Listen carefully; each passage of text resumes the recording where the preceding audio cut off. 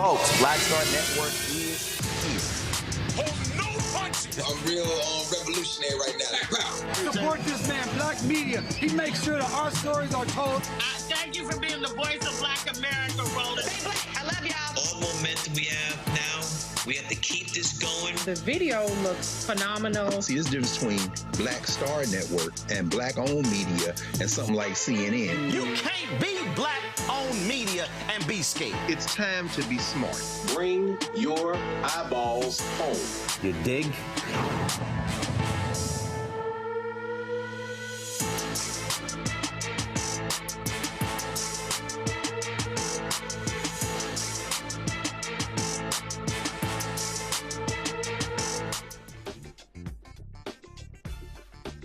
Oh.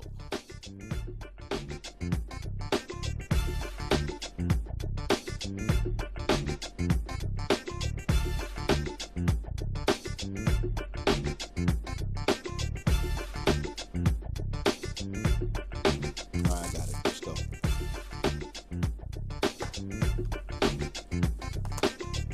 Today is Tuesday, March 17th, 2026. Coming up on Roland Martin Unfiltered, streaming live on the Black Star Network. The U.S. Senate currently debating the Save America Act, which Republicans say it's all about voter ID.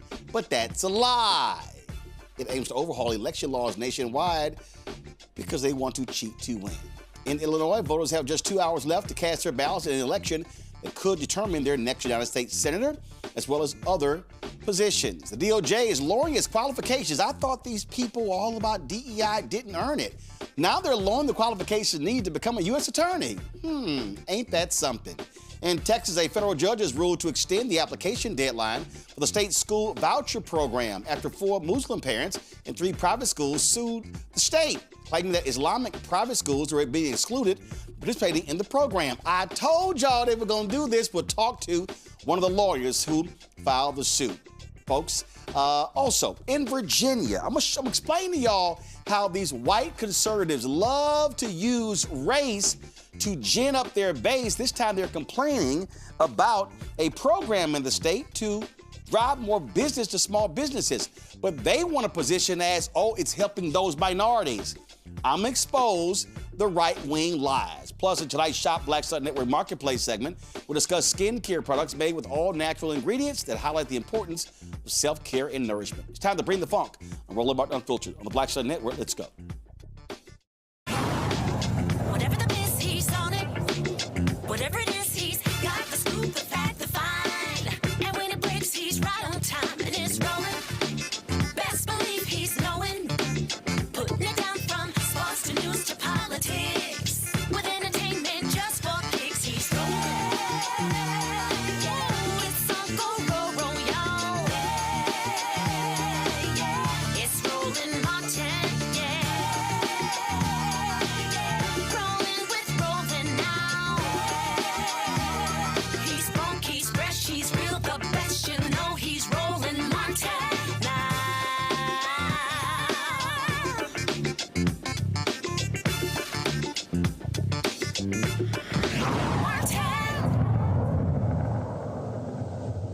Folks, this is a live look at the United States Senate floor as they are debating the, Save America Act. And they keep sitting here. Republicans are saying it's voter ID, it's voter ID, it's voter ID, it's voter ID. But it's not. It's a lot more than voter ID. This is the California U.S. Senator Alex Padilla. Let's go to the Senate right now. The SAVE Act is a Trojan horse, actually. It's a voter suppression bill filled with poison pills and designed to change the rules of the election as we're in the middle of primary election season already and the November election on the horizon. And for what? For partisan political gain? The president himself has said that if this bill passes, Republicans, quote, will never lose a race. For 50 years, we won't lose a race, end quote.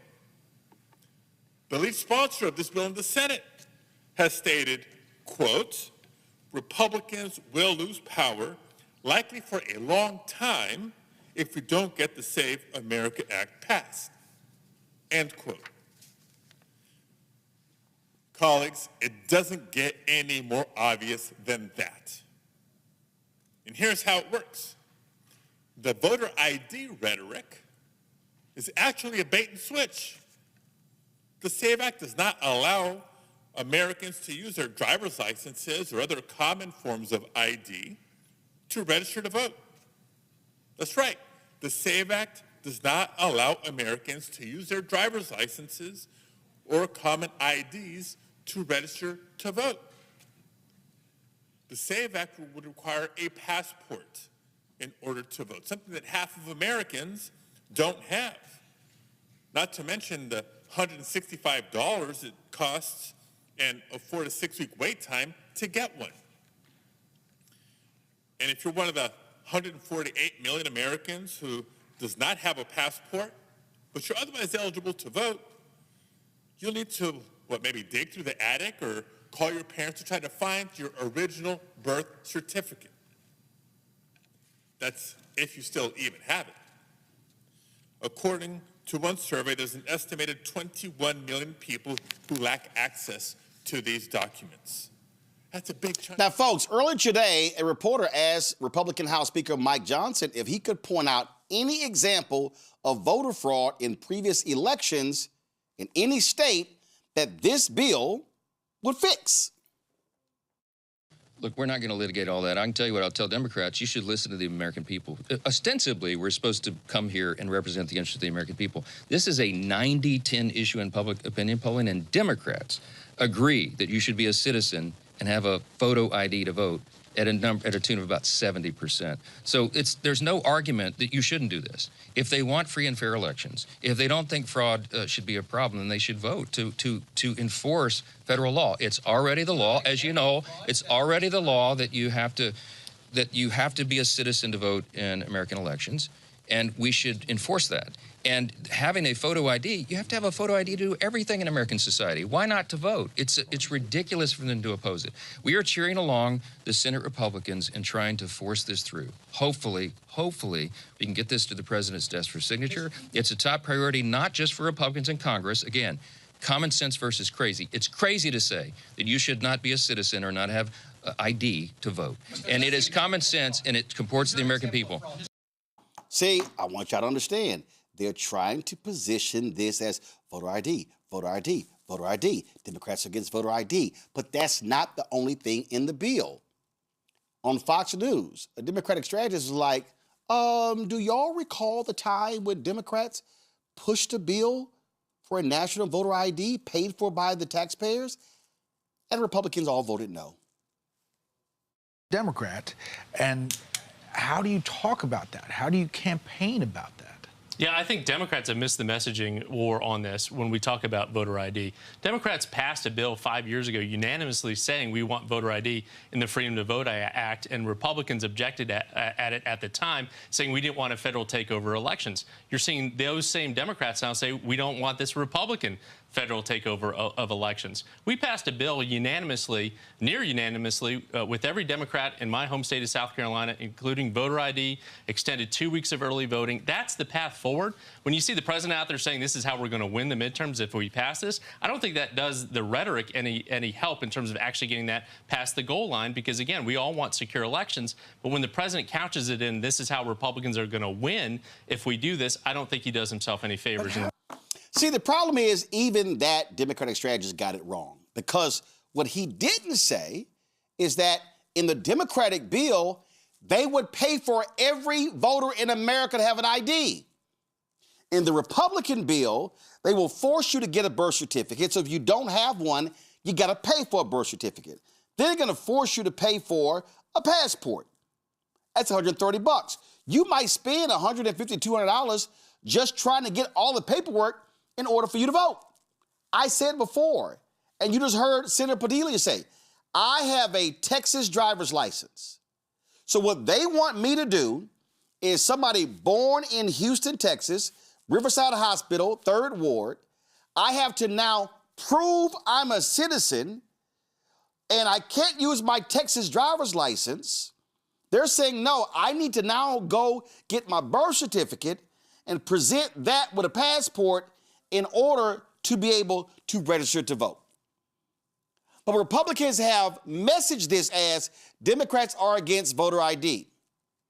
Democrats had a bill before that said, we'll pay for voter ID, a national voter ID for every person. Republicans said, nah, we ain't down with that. But in this very same bill, Donald Trump wants to eliminate voting by mail.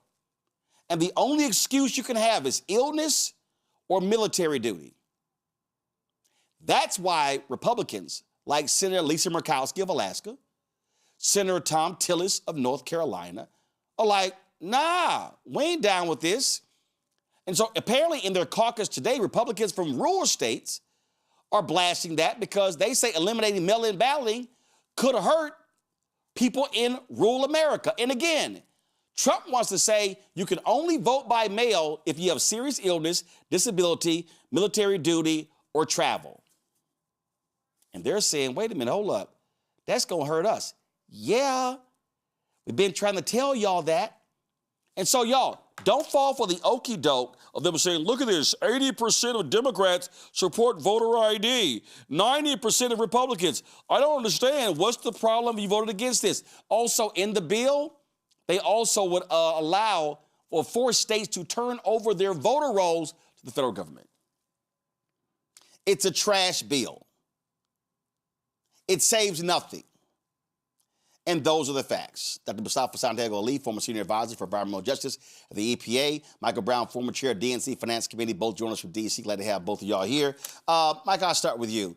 I think he's right. He was wrong as well. But that strategist, the Democrats, he was absolutely wrong. Democrats have failed on this to properly message. They've fallen for the Republican trap of, you're against voter ID. If I'm a Democrat, I would sit here and go, oh, no. Remember, here's the bill we passed. We all voted for this unanimously, and y'all all said no. And if you want to do a voter ID, fine. Federal government, pay for it, where every eligible voter gets a voter ID in this country. This bill, Michael, is not about voter ID.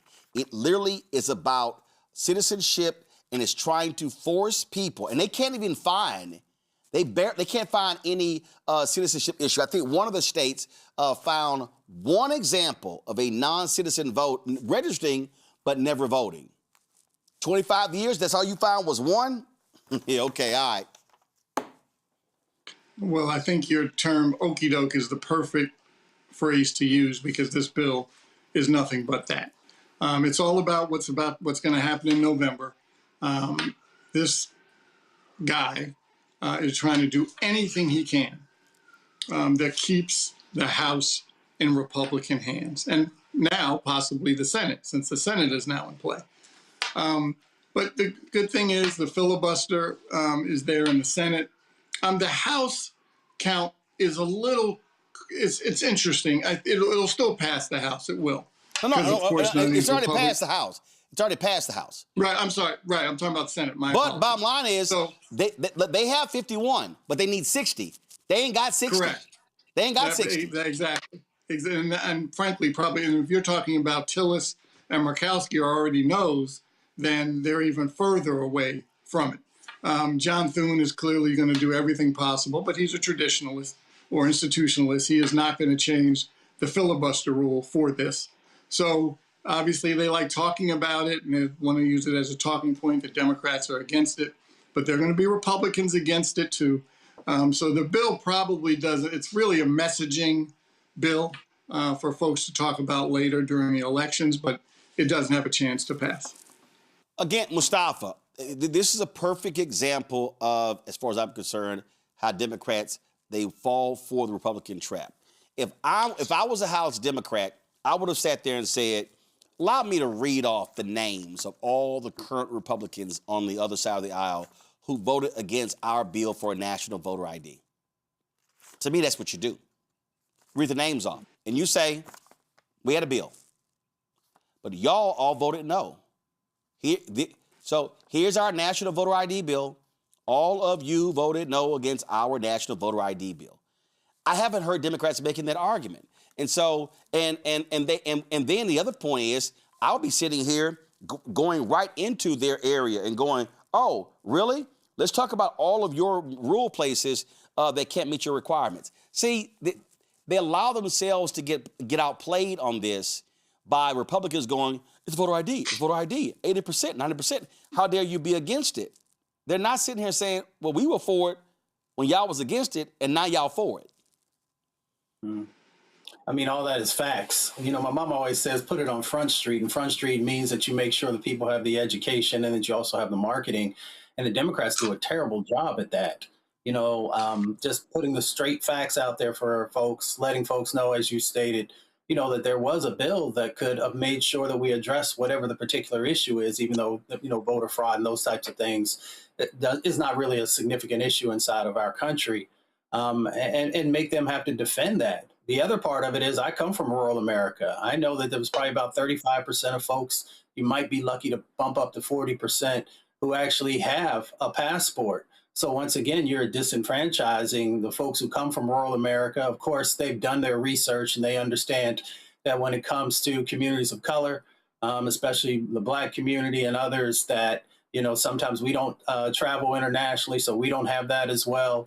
And the question also Democrats should be asking is, why is a real ID that everybody was told that you have to get, that driver's license that, you know, they run through all the various databases to make sure before it's given to you, why is that not good enough? So they have plenty of factual ammunition to be able to share to help people to understand that these folks are not serious and that this is, you know, this is politics.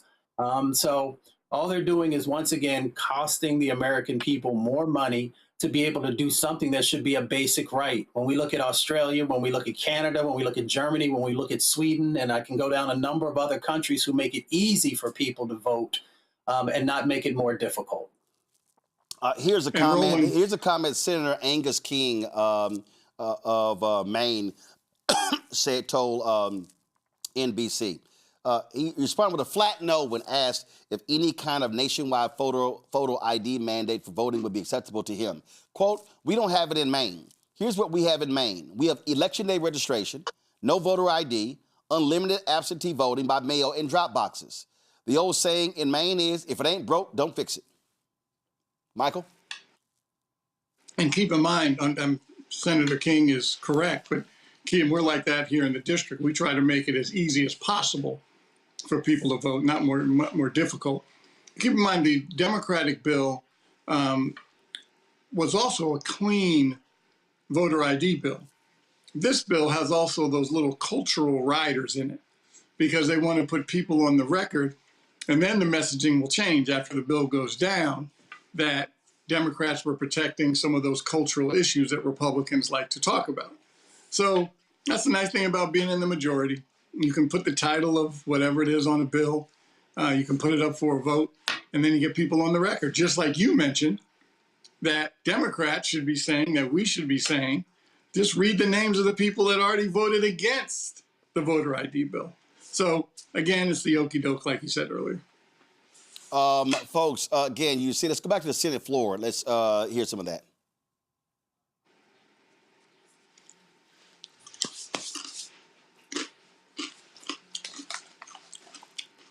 All right, folks, so we're waiting to see who comes up next. And so, listen, you know, Trump has said he's not signing anything, any bill whatsoever until this gets passed, but they ain't got the votes. And Senator Mike Lee of Utah, who's been pushing this, he knows they ain't got the vote. He knows they don't have the vote. But again, they want to make this all about Democrats voting against voter ID. And the bottom line, y'all, it ain't working. It ain't working. And what's so stupid is Trump wants to yell no mail-in voting when he's voted by mail before. That's how stupid this is. But then again, we are talking about an idiot. Quick break. We come back. I'm going to show y'all how Donald Trump is even more of an idiot.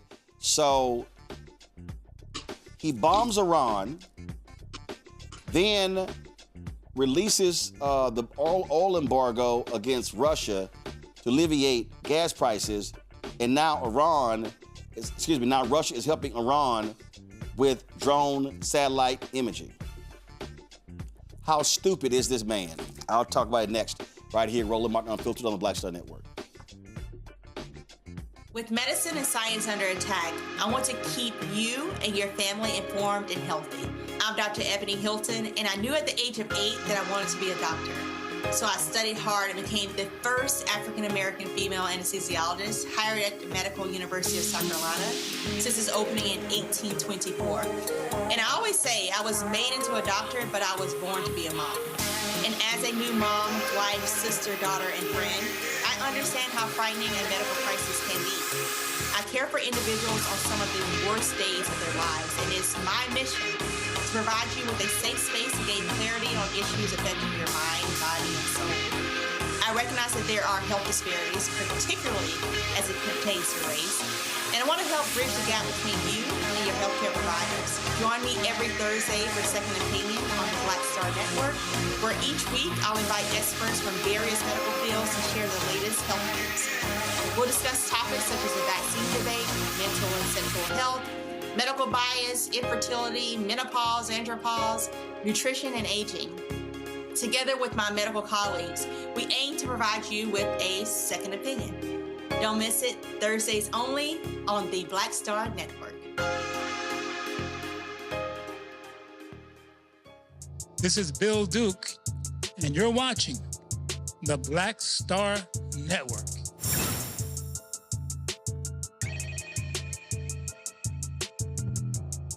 All right, y'all. So let me show you how stupid the occupant of the White House is. We have launched a war against Iran with Israel. We've been bombing Iran. As a result, Iran has cut off the Strait of Hormuz. They've also been attacking fellow Gulf states. So Donald Trump, scared because oil has jumped above $100 a barrel, then decides to do this. Go to my iPad, Anthony. Trump removes sanction on Russia to help oil flow amid Iran conflict. It's really a war, not a conflict. Okay? Subhead, Treasury Secretary Scott Bessent said it was unfortunate that the move could benefit Russia, but maintained that it was only for the short term. Now, European allies are not happy because obviously the sanctions were put in place due to Russia's war against Ukraine. Now, this is what the Wall Street Journal is reporting today. Russia is sharing satellite imagery and drone technology with Iran. Moscow has expanded intelligence sharing and military cooperation to help keep Tehran in the fight against U.S. and Israeli military might. Okay, let me explain that again. So, we bomb Iran with Israel. Oil goes up. Trump, afraid that oil goes up, decides to lift the sanctions against Russian oil in order to keep oil going down, to push oil back down. Russia is helping Iran when it comes to drone technology. So Russia, by helping Iran with satellite imagery and drone technology, is helping Iran drive oil prices up. And as a result of oil going up, Trump releases the sanction so Russia can sell its oil around the world. Do y'all now see how stupid this man is? How dumb this man is? So Russia's like, hell yeah, we gonna help Iran. As long as y'all bombing Iran and help Iran, we get to sell our oil, you idiots. These really are stupid people, Mustafa. They are, and that's the scary part, because these are the leaders, supposed leaders in our country. You know, I'm almost positive that they had to run a number of scenarios about what could possibly happen. And no, they didn't. They all deserve to be fired. That dumbass, that was a story where he literally said, I just want to do it. We're doing it. And his advisor was like, hey, you know, listen, I just want to do it. That's how dumb they are. So I love it when they go, DEI didn't earn it. No, these idiots didn't earn it. They're stupid. Well, you've heard me talk before about the caucasity of meritocracy, and what that means is that white folks get a pass on the not needing to be as intelligent sometimes or as skilled as some others are held to. Here's the thing, is that folks are going to wake up to this, because over the next couple of weeks, of course, grocery prices are going to continue to go up. You're also going to have, we already see airline prices are going up. So sometimes when something is happening across the ocean, people sometimes don't pay as much attention, but folks are actually going to feel the pain here in our country by what's currently going on. So that 20% of oil that moves through the Strait of Hormuz has ripple effects, because gas prices are global. They are not local, and folks need to understand that everything is interconnected. The other thing is that Russia continues to play a serious game on the person who's sitting in the White House right now, because their economy was teetering because of so much money that was used with the war that's currently going on there. Now they get an influx of money from, the president literally made that happen. So folks just need to pay attention to the games that are being played and how it has significant impacts both here at home and across the globe. And here's what's hilarious, Michael. So Trump spends a whole year crapping on our European allies, talking about, I'm going to take Greenland, I'm going to do whatever I want, trashing NATO, and then turns around, hey, we need y'all help against Iran. They're like, nah, bro, we good. Then Trump's like, yo, y'all disloyal because y'all ain't help us as an ally. They're like, wait a minute, you shitted on us, and now you want us to turn around and help you? Hey, Anthony, go to my iPad. And it's right here. Why, New York Times, why won't Europe help Trump in Iran? Let's count the reasons. President Trump says his NATO allies are disloyal for not helping the United States to clear an oil blockade, but they have a long list of incentives to refuse. You not gonna dog me. You not gonna dog me, treat me like trash, talk about my country, talk about we ain't doing this, we ain't doing that, how weak we are. I mean, he on and on and on, just dogging European countries. And then now, we want some help. And now he's like, all right, we don't need y'all help. Why your ass ask? If you ain't need our help, why you ask? This is how arrogant, petulant, narcissistic, and ignorant this fool is. And on top of it, which makes it even worse, the not understanding the politics in those countries that he's asking for the help, or now saying he doesn't need the help. Their politics, they're in the 80th percentile of no, don't go help the United States. Because when that guy sends out his tweets, makes his negative comments about countries, they hear those things as well. So those political leaders are under immense pressure not to come and assist and help. So why would they? On all the matters you mentioned and articulated a second ago, on top of that, their people are saying, don't you dare help. This is not a NATO issue, certainly not an Article 5 issue with NATO. So they have every right to say, no, we're going to sit this one out. Good luck. Maybe you should have called us in the beginning, which they didn't do, because no one wants to deal with the United States because of our poor diplomacy skills. So this is the result. This is the New York Times article. Number one, they never wanted this war and don't want a part of it. It says the United States made no effort to form a coalition of the willing. That's called diplomacy, y'all. They made no effort, but you now want them to help. Let's go to number two. It's not NATO's job. Trump says, hey, the NATO alliance says y'all got to help. Nah, dumbass. Did you read the NATO alliance? It says that NATO allies step forward when one of the members are being attacked. It doesn't mean that when they attack another country. Again, the man is stupid, y'all. Let's see. They also don't think it's going to work. So he wants the allies to use their military to open the shipping lanes in the Strait of Hormuz so oil can get out. They're like, no, that's not how this thing works. It says shipping in the Strait of Hormuz is so precarious because even a single armed Iranian speedboat can take out an oil tanker. The U.S. Navy has not been able to defeat that threat on its own, and some European leaders say this week they don't know how their navies will tip the scales. We have the most powerful Navy in the world. If we can't do it, who else gonna do it? And also, number four, if the European countries step in, it's gonna prolong the war. So you want people who ain't got no vested interest to now step into your battle, and you wonder why they're not? I'm telling you, this man is an idiot. And all these maggots out here who don't understand the Clay Travises of the world, Charles Gasparino, all said, oh, this is great, this is wonderful. He's going to take out Iran, and oil's going to be back down to $40 a barrel. They must be on meth, Mustafa. Meth, or what was that thing that folks used to say, crack is whack? I mean, I don't know if folks are still doing crack, but some of the actions that they do sure does make it seem that way. Yeah, we've gotten ourselves really into a sorry situation.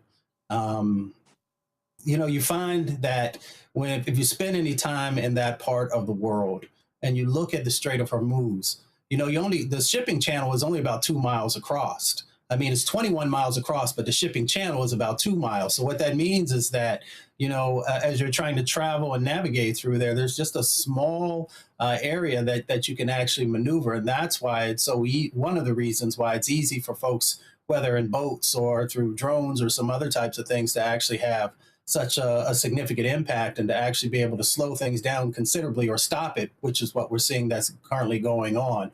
The other part of it is, the folks who have been international partners in the past, there's no reason for them to show up now because we haven't shown up with any integrity in plenty of the ways that we have engaged with them, whether you want to talk about tariffs or a number of other types of things. So folks, it's like, this is not our war.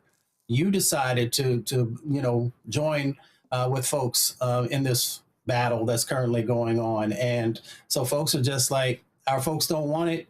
We don't want it, and there's no benefit for us to enter into this space, and you need to stop it as quickly as possible, but you just can't now. It's very difficult to be able to stop this situation if you really understand what's currently going on and how you've broken international diplomacy. So he's got a mess, but it's a mess that he created. Yeah, and I'm just sitting here, and now we're in our third week, Michael, and now it's kind of like, I don't know what to do. Cause this ain't working.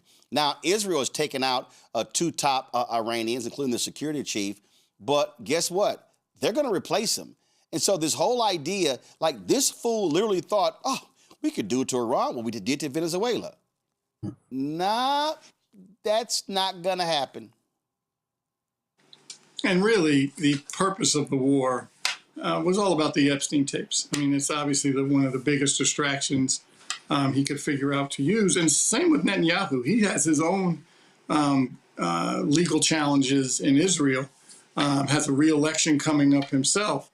It benefits both leaders to go into this war relative to clearly the president here is trying to hide a whole lot, has been from the beginning.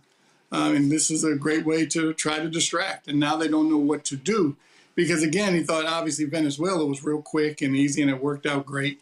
But now this is much more complicated. Now the rest of more of the Middle East countries, some of the Gulf nations are now involved getting attacked. I mean, Abu Dhabi UAE never thought they would ever get attacked unless it was from a stray bomb by a mistake. And now they're getting drawn in. It's a mess. They've made it a mess. Because all they have is these kind of yes people around him, no one to say, hey, this isn't really what we should do at this time. They just made up that the threat was imminent. It is not. Even the gentleman, I know you're going to talk about it later today, said there was no imminent threat. So they just don't know what to do because they're all incompetent. So when you add incompetency to political expediency, it's a bad combination. Absolutely. That's just how dumb these people are. All right, y'all. Got to go to break. We come back. We're going to talk about the battle in Virginia when it comes to the redistricting.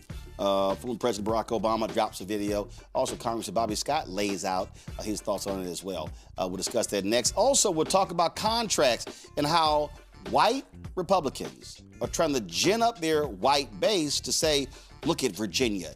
These Democrats are now trying to create quotas and give contracts to those blacks. It's actually for small businesses. And I'm going to expose their racism right here on Roland Martin Unfiltered.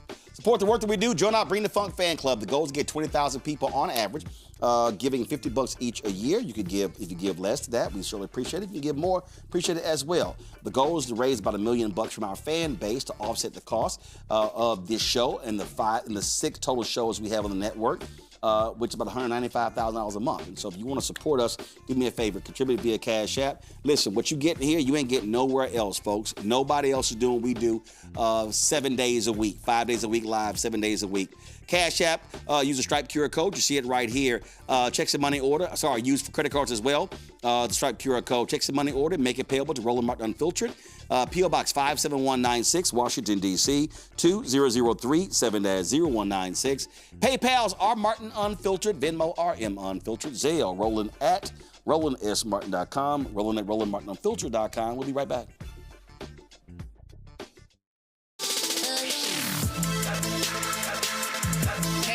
Welcome to The Other Side of Change, only on the Black Star Network and hosted by myself, Bria Baker, and my good sis, Jamira Burley.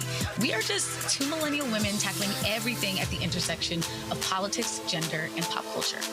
And we don't just settle for commentary. This is about solution-driven dialogue to get us to the world as it could be and not just as it is. Watch us on the Black Star Network, so tune in to The Other Side of Change.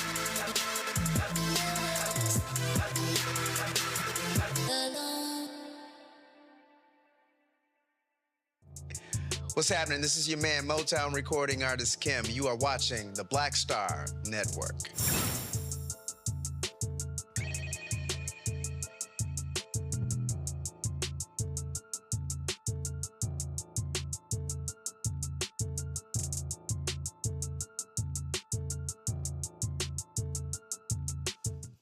Republicans are voting in big numbers right now in early voting for the April 21st special election that could change the congressional maps in Virginia. If voters say yes, then it will be 10-1 in favor of the Democrats compared to the maps right now. They've been running campaign commercials, and former President Barack Obama, he dropped this one on behalf of the Fair Coalition. Virginia, we are counting on you. Republicans want to steal enough seats in Congress to rig the next election and wield unchecked power for 2 more years. But you can stop them by voting yes by April 21st. Help put our elections back on a level playing field and let voters decide, not politicians. This is the responsible thing to do. Help us chart a better path forward, Virginia. Vote yes by April 21st. Now, Congressman Bobby Scott, he released this video. Hi, I'm Congressman Bobby Scott. There's a lot of misinformation going on about this upcoming referendum, so let's get to the facts. The fact is that Republicans have been gerrymandering seats all over the country, and it's made a difference. As a matter of fact, in the last election in North Carolina, they redrew the districts, picked up 3 seats, and as a direct result of those 3 seats, they were able to pass that big ugly bill where they cut health care, cut SNAP benefits in order to give tax cuts to the wealthy. All over the country, they've been gerrymandering seats. It's time for Virginia to level the playing field and do exactly what they've been doing. That's why it's important that we don't guess, just vote yes. So it's been quite interesting, Michael, looking at Republicans going, this is wrong, this is so unfair, this is not right. I can't believe they're doing this. And I'm like, oh, so y'all forgot Texas? Y'all forgot what y'all did? And really what this is all about, this is really about these damn Republicans mad that Democrats said, oh, y'all FAFO? Okay, we'll follow up. Absolutely. And Gavin Newsom started it. He said, you know what, if Texas is going to do it, we're going to do it. And then the party establishment within the states said, you know what, yeah, let's try it. If it doesn't work, it doesn't work, but let's give it a shot, especially since Texas wasn't going to be the only red state that was going to try it. There were going to be some other red states behind them. So, you know, it's just crazy that they started it. Now it's backfiring on them. And there's nothing they can do about it. Absolutely nothing. The courts have said it's okay, which even made it even worse for them. But I disagree with that. I just don't think you should be able to change the rules in the middle of an election cycle. Now, for any of the states, if any of the states had tried it, they should have to wait until not just the census, but if they want to do it earlier, then you wait till after this election cycle. But everyone chose not to do it, and I'm fully in favor of democratically controlled states doing the same thing, and let the chickens come home to roost. Well, but first of all, it's not everybody. I mean, Indiana said no to doing this here. Kansas said we don't have the votes. And to me, Mustafa, Democrats have always played by a set of rules that no longer exist. It's like they're sitting here going, you're not following the rules. Republicans are like, what rules? And so I've always said Democrats were stupid to allow them to continue to do what they do. So you got to fight fire with fire. This is how you have to respond when these things happen, and they have to fight fire with fire. To me, that's the only way you operate. And so if they're going to participate in political gerrymandering, if they're going to change the maps that benefit, and let me be clear, I need people to understand, and I oppose this, but the Supreme Court said we have no jurisdiction in partisan gerrymandering. We have none, okay? They said partisan gerrymandering is allowed. It's up to the state courts. Well, okay, so if that's going to be the rules, then Democrats should be trying to take advantage of the rules when the other side wants to take advantage as well. They gerrymandered in Texas, in Missouri, in North Carolina. They're looking to gerrymander further in Florida and other states. So you do what you got to do. You do. I mean, we got to get away from this madness also at some time, but we also have to put a stop to this craziness that's going on right now, where no one wants to follow the rules. And we find ourselves in this moment. So, what's good for the goose is good for the gander type thing, as my grandfather used to say. And so we find ourselves in this moment where, you just got to stand up, you got to push back, and you've got to do what's necessary to be able to get us back on track. Folks have heard me talk about it before. I'm really big on fair maps and making sure that we get back to that at some point, because if we don't, then we're just going to continue to spiral out of control. But to stop the spiraling means that in this moment, we have to do what's necessary to address the craziness that's going on in state houses and, of course, on the federal level as well. Absolutely. I'm telling you, man, it's crazy what's going on. Okay, let's stay in Virginia. All right, y'all. So I love to expose right-wing liars. Let me say it again. I love to expose white right-wing liars. So I'm looking at social media, and I come across this video here. Virginia just passed a bill that prioritizes government contracts based on race and gender. The bill, HB 61, is now sitting on the governor's desk waiting to be signed. So here's what it does. It forces state agencies to hit a 42% quota for SWAM businesses, meaning businesses owned by minorities, women, or certain designated groups. It also sets aside government contracts under $100,000 specifically for those businesses.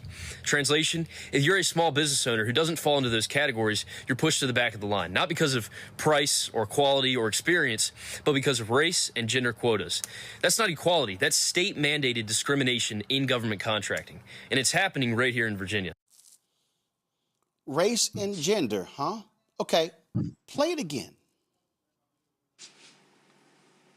Virginia just passed a bill that prioritizes government contracts based on race and gender. The bill, HB 61, is now sitting on the governor's desk waiting to be signed.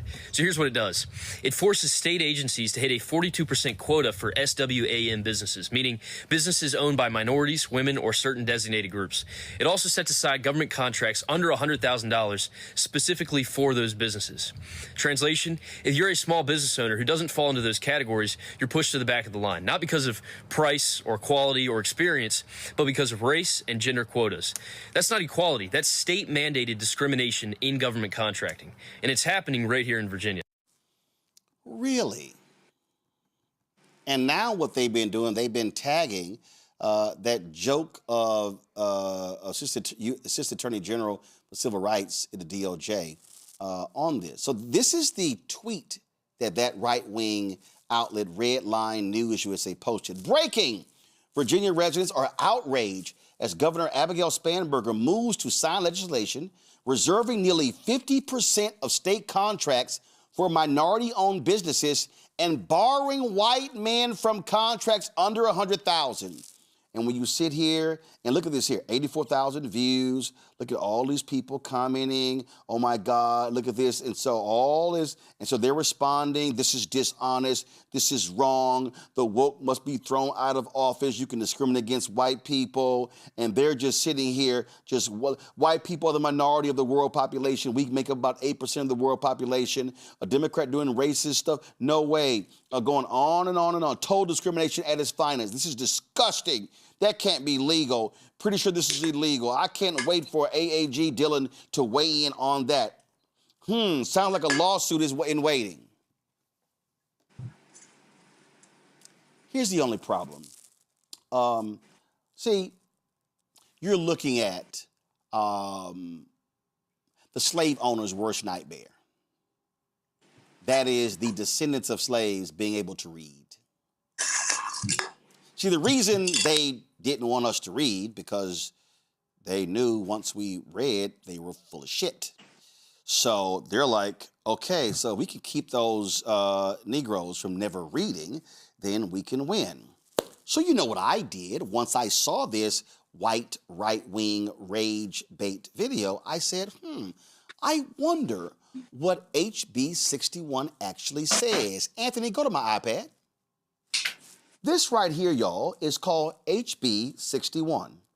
It is the Small Swam Business Procurement Enhancement Program. Okay? So I'm going to read for you the summary. Department of Small Business and Supplier Diversity, Small Swam Business Procurement Enhancement Program established. It establishes the small, let me just push this in. It establishes the Small Swam Business Procurement Enhancement Program with the statewide goal of 42% of certified small swam business. As such term is defined in the bill, utilization and all discretionary spending by executive branch agencies and covered institutions in procurement orders, prime contracts, and subcontracts, as well as a target goal of 50% subcontracting to small swam businesses in instances where the prime contractor is not a small swam business for all new capital outlay construction solicitations that are issued. The bill provides that executive branch agencies and covered institutions are required to increase their small swam business utilization rates by 3% until reaching the 42% target, or, if unable to do so, to implement achievable goals to increase their utilization rates. In addition, the bill provides for a small swam business set-aside for executive branch agency and covered institution purchases of goods, services, and construction requiring that purchases between $10,000 and $200,000 be set aside for award to certified small swam businesses, and a micro business set aside for such purchases, requiring that such purchases be up to $10,000 be set aside for award to micro businesses. Now check this out. This is where they sit here and say, what does this make it made up of? Look at this. It said, as well as, so right here, this paragraph here, the bill creates the Division of Procurement Enhancement within the Department of Small Business and Supplier Diversity for purposes of collaborating with the Department of General Services, the Virginia Information Technologies Agency, the Department of Transportation, the State Council of Higher Education for Virginia, and covered institutions to further the Commonwealth's efforts to meet the goals established under the Small Swam Business Procurement Enhancement Program. And here, y'all, is the money, as well as implementing initiatives to enhance the development of small businesses, micro businesses, women-owned businesses, minority-owned businesses, and service-disabled veteran-owned businesses in the Commonwealth. Allow me to read that again. To enhance the development of small businesses, micro businesses, women-owned businesses, minority-owned businesses, and service-disabled veteran-owned businesses in the Commonwealth. Finally, the bill requires the Director of the Department of Small Business and Supplier Diversity to conduct or contract with an independent entity to conduct a disparity study every 5 years, with the next disparity study due no later than January 1st, 2021. The bill specifies that such study shall evaluate the need for enhancement and remedial measures to address the disparity between the availability and the utilization of women-owned and minority-owned businesses.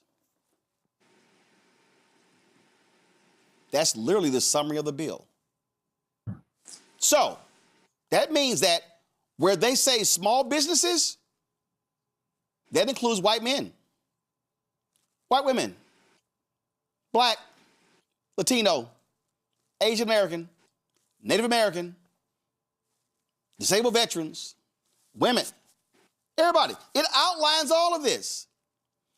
So what you have with these white right-wing ideologues, this bill's keeping us out. It says that if you're a white man and the contract is under 100,000, you can't apply. That's a lie. Oh, they're establishing a quota of 42% and 50% for all contracts for minorities. No, the 42% and 50% is for small businesses. And they outlined all of the people who are in the category. Why are they doing that? Why are Democrats in Virginia doing that? Because let me explain to y'all how Republicans normally operate. Republicans believe in big business. So Republicans like to bundle contracts. So when you bundle contracts, you make it harder for a small business to compete for the contract. So let's say there's an advertising contract.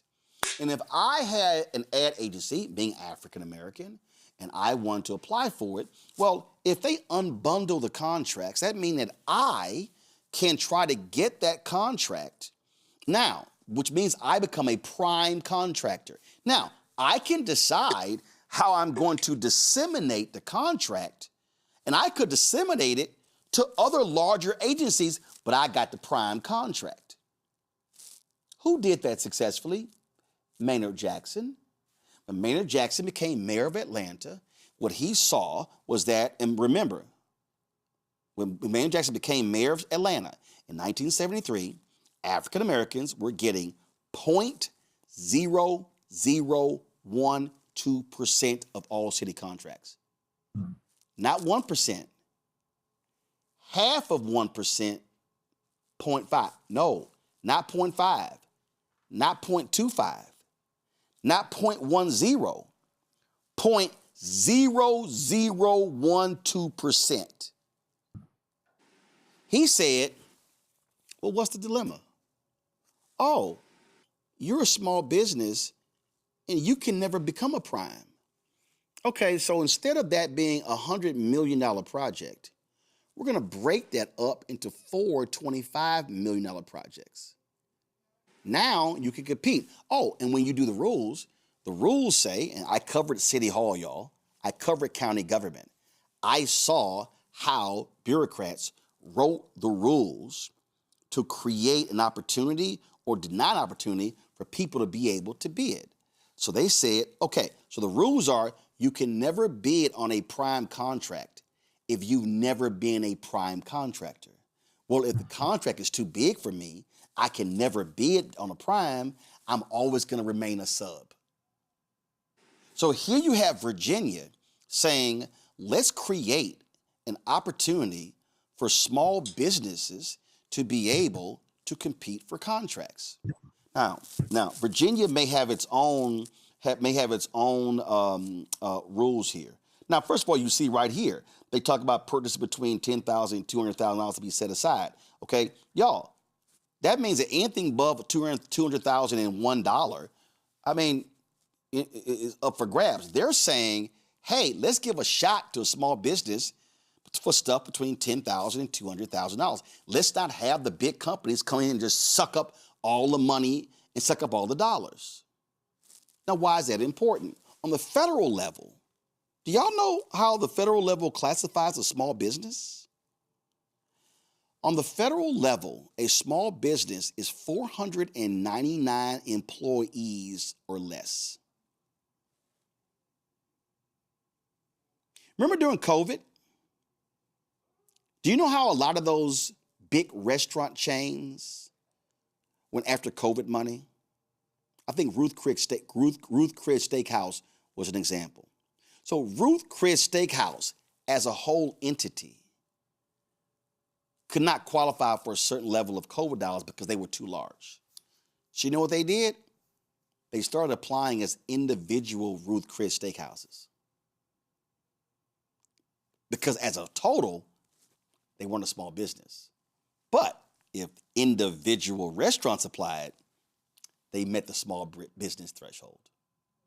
And so here's Virginia. Here's Virginia Democrats saying, how can we help small businesses grow? What have y'all heard me say on this show? People always say, our small businesses, our black-owned businesses need capital. No, we need contracts. I've said it here, okay? I watch the money. I watch y'all money like a hawk. We have been in the black on this show as a network, as a show on a network, since March of 2020. We own everything that you see. We have no debt. We don't rent nothing. Bottom line is we buy everything. We don't owe nobody because I can't stand debt. So to grow this business, I don't need to go get a $3 million loan. What I need is a $3 million contract. Because if I get a $3 million contract, I'm going to make a profit off of that, and that's how I'm going to be able to grow the business. So Virginia is saying, we want to help our small businesses. These folks don't want to do that. They are purposely using race to gin up their white MAGA base to try to stop this program.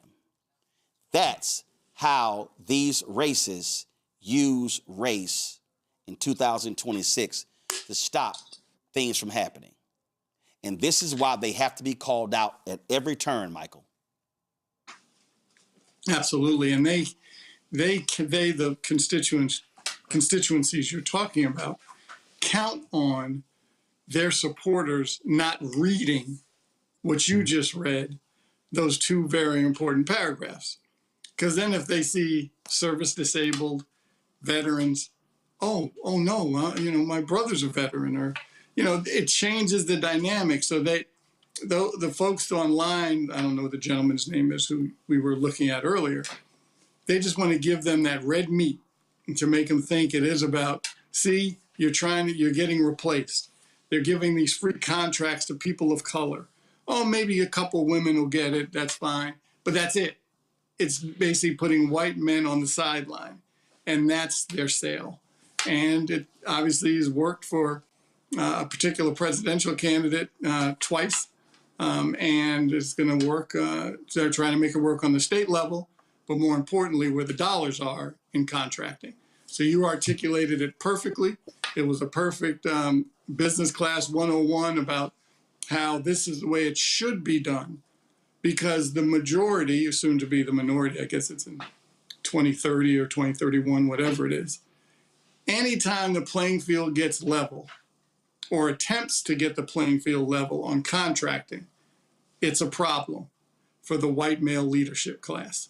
And that's what this fear tactic is all about. Mustafa.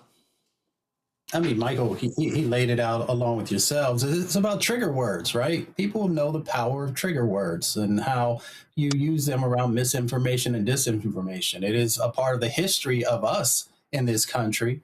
It's gotten our communities burnt down. It's got our communities bombed. It's got our communities, all these different types of things. So folks now utilize it in the 21st century as a way to limit wealth and opportunity. And that's why they exclude certain things and they highlight other things that they know that their base or their viewers will grab hold of. And as was said, and folks then don't read. Unfortunately in our country, the percentage of folks who read, whether it is a book or an article or whatever it might be, continues to get less and less. So that's why it's important for this show and others who are bringing this information forward. That's why it's important for Democrats in Virginia to also make sure that they're bringing the information forward in a way that helps people to understand what this really is and what it is not. And that helps people to make better decisions, because folks don't want you to make a decision. They want you to be angry. They want you to go to the lowest common denominator And that's how a lot of folks operate. So I'm glad we brought this forward. And it's incredibly important because if folks actually read, they would look at the small, tiny percentage. Roland, you and I have had conversations before on the federal contracting side when it comes to Black communities and others. And, you know, whether it's in Virginia or other places, we have a long way to go to have parity. The last thing I'll say is that when you were reading that article, the thing that people should also pay attention to is that it talks about certified businesses. So you have certain things you have to go through, criteria to meet to be certified. So it's not like folks are just throwing money around. Folks are prepared to be able to enter into this space. And that's why folks should be able to have an opportunity to fully compete. Absolutely. All right, y'all, got to go to a break. We come back. Oh, I can't wait to discuss the next story. Texas changes the law to allow for billions to go to private schools, charter schools, religious schools. So why are they denying Muslims? I'll talk with the attorney who's filed a lawsuit against the program. That's next, right here on Roland Martin Unfiltered on the Black Star Network. With medicine and science under attack, I want to keep you and your family informed and healthy. I'm Dr. Ebony Hilton, and I knew at the age of 8 that I wanted to be a doctor. So I studied hard and became the first African-American female anesthesiologist hired at the Medical University of South Carolina since its opening in 1824. And I always say I was made into a doctor, but I was born to be a mom. And as a new mom, wife, sister, daughter, and friend, I understand how frightening a medical crisis can be. I care for individuals on some of the worst days of their lives, and it's my mission to provide you with a safe space to gain clarity on issues affecting your mind, body, and soul. I recognize that there are health disparities, particularly as it pertains to race, and I want to help bridge the gap between you and your healthcare providers. Join me every Thursday for Second Opinion on the Black Star Network, where each week I'll invite experts from various medical fields to share the latest health news. We'll discuss topics such as the vaccine debate, mental and sexual health, medical bias, infertility, menopause, andropause, nutrition, and aging. Together with my medical colleagues, we aim to provide you with a second opinion. Don't miss it, Thursdays only on the Black Star Network. Hey, I'm Malcolm Lee, and you're watching the Black Star Network.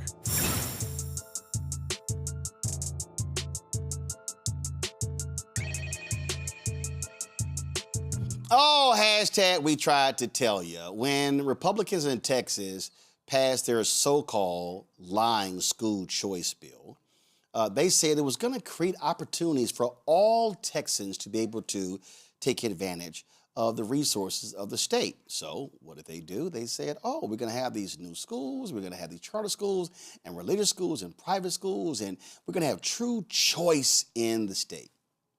Really? So what then happened is they open it up. And then all of a sudden, folk begin to go, wait a minute, why are they not including everybody? Well, a federal judge has now extended the application deadline for private school vouchers until March 31st. Why? Because Texas seems to exclude Islamic schools from the program. The extension follows a lawsuit filed earlier this month by 4 Muslim parents and 3 Islamic private schools against state of Texas leaders. That's you, Greg Abbott, Dan Patrick, you white Christian zealots. They argue that the state is discriminating against their religion by excluding them from the voucher program. U.S. District Judge Alfred Bennett's order prohibits the state from determining which families will receive school voucher funding. The attorneys representing the Islamic schools and families plan to request that the court extend this order beyond March 31st, continuing it until the next hearing in late April, at which they intend to argue for further action. Attorney Mehdi Jakoui is joining me from Houston. Mehdi, glad to have you here. First of all, I call this. I remember when Oklahoma took their case to the United States Supreme Court, arguing for religious charter schools.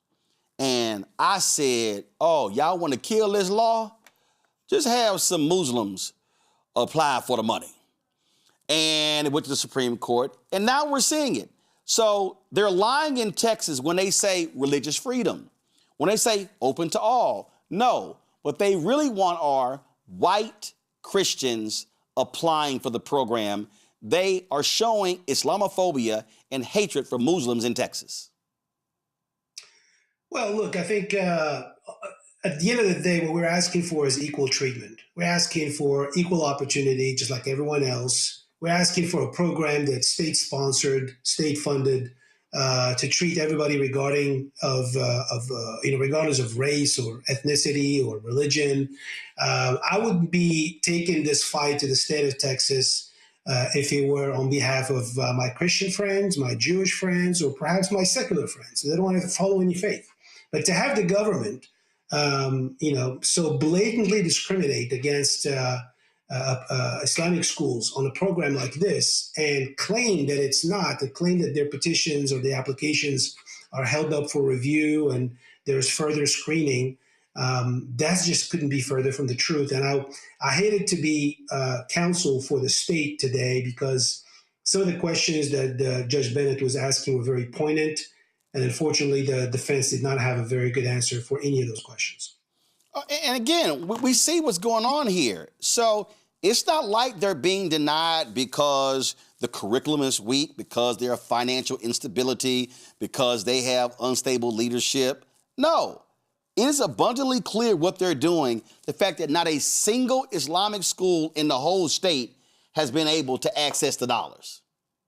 Yeah, we estimated there are about 30 private Islamic schools around the state of Texas.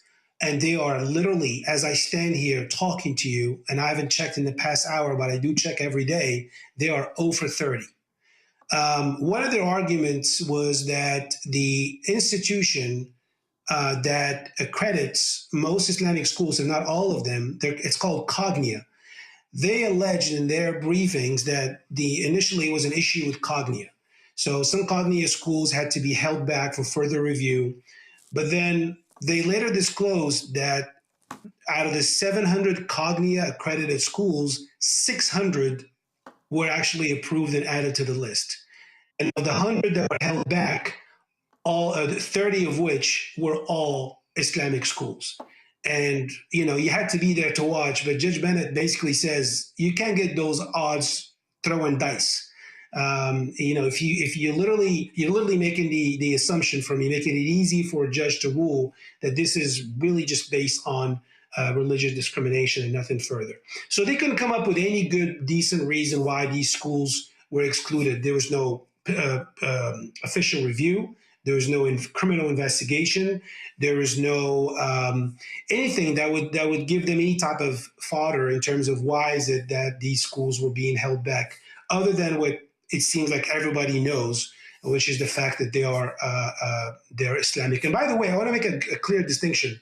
When we talk about an Islamic private school, that's like saying a Lutheran school or Catholic school, or they are teaching a curriculum that is accredited by the state of Texas, meaning all the basic topics and subjects. It just so happened that they're doing it in the context of an Islamic, religious or faith-based education. Just so that for the viewers and the listeners to understand that this is not a case of a school that teaches just memorizing the Quran or only Islam-based studies. This is a K through 12 school accredited by the state of Texas that offers education in the context of an Islamic based faith.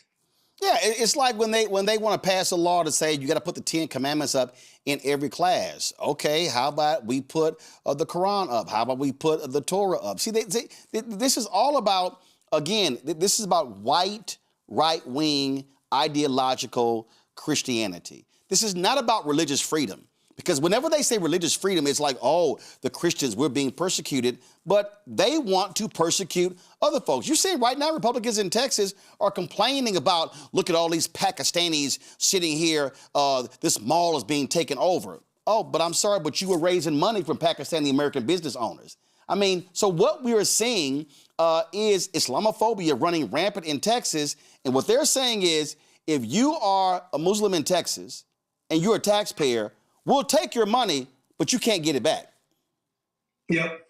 And, this is the backdrop of all of this is the Republican primary that just happened in March 3rd here in Texas.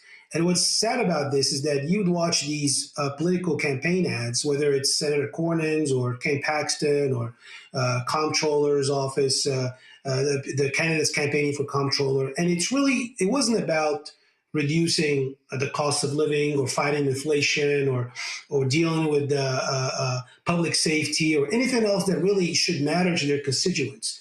They literally just were talking about this so-called invasion of Muslims to the state of Texas, Islamification of Texas, fighting Sharia law, which none of them can basically ascertain. What is Sharia law?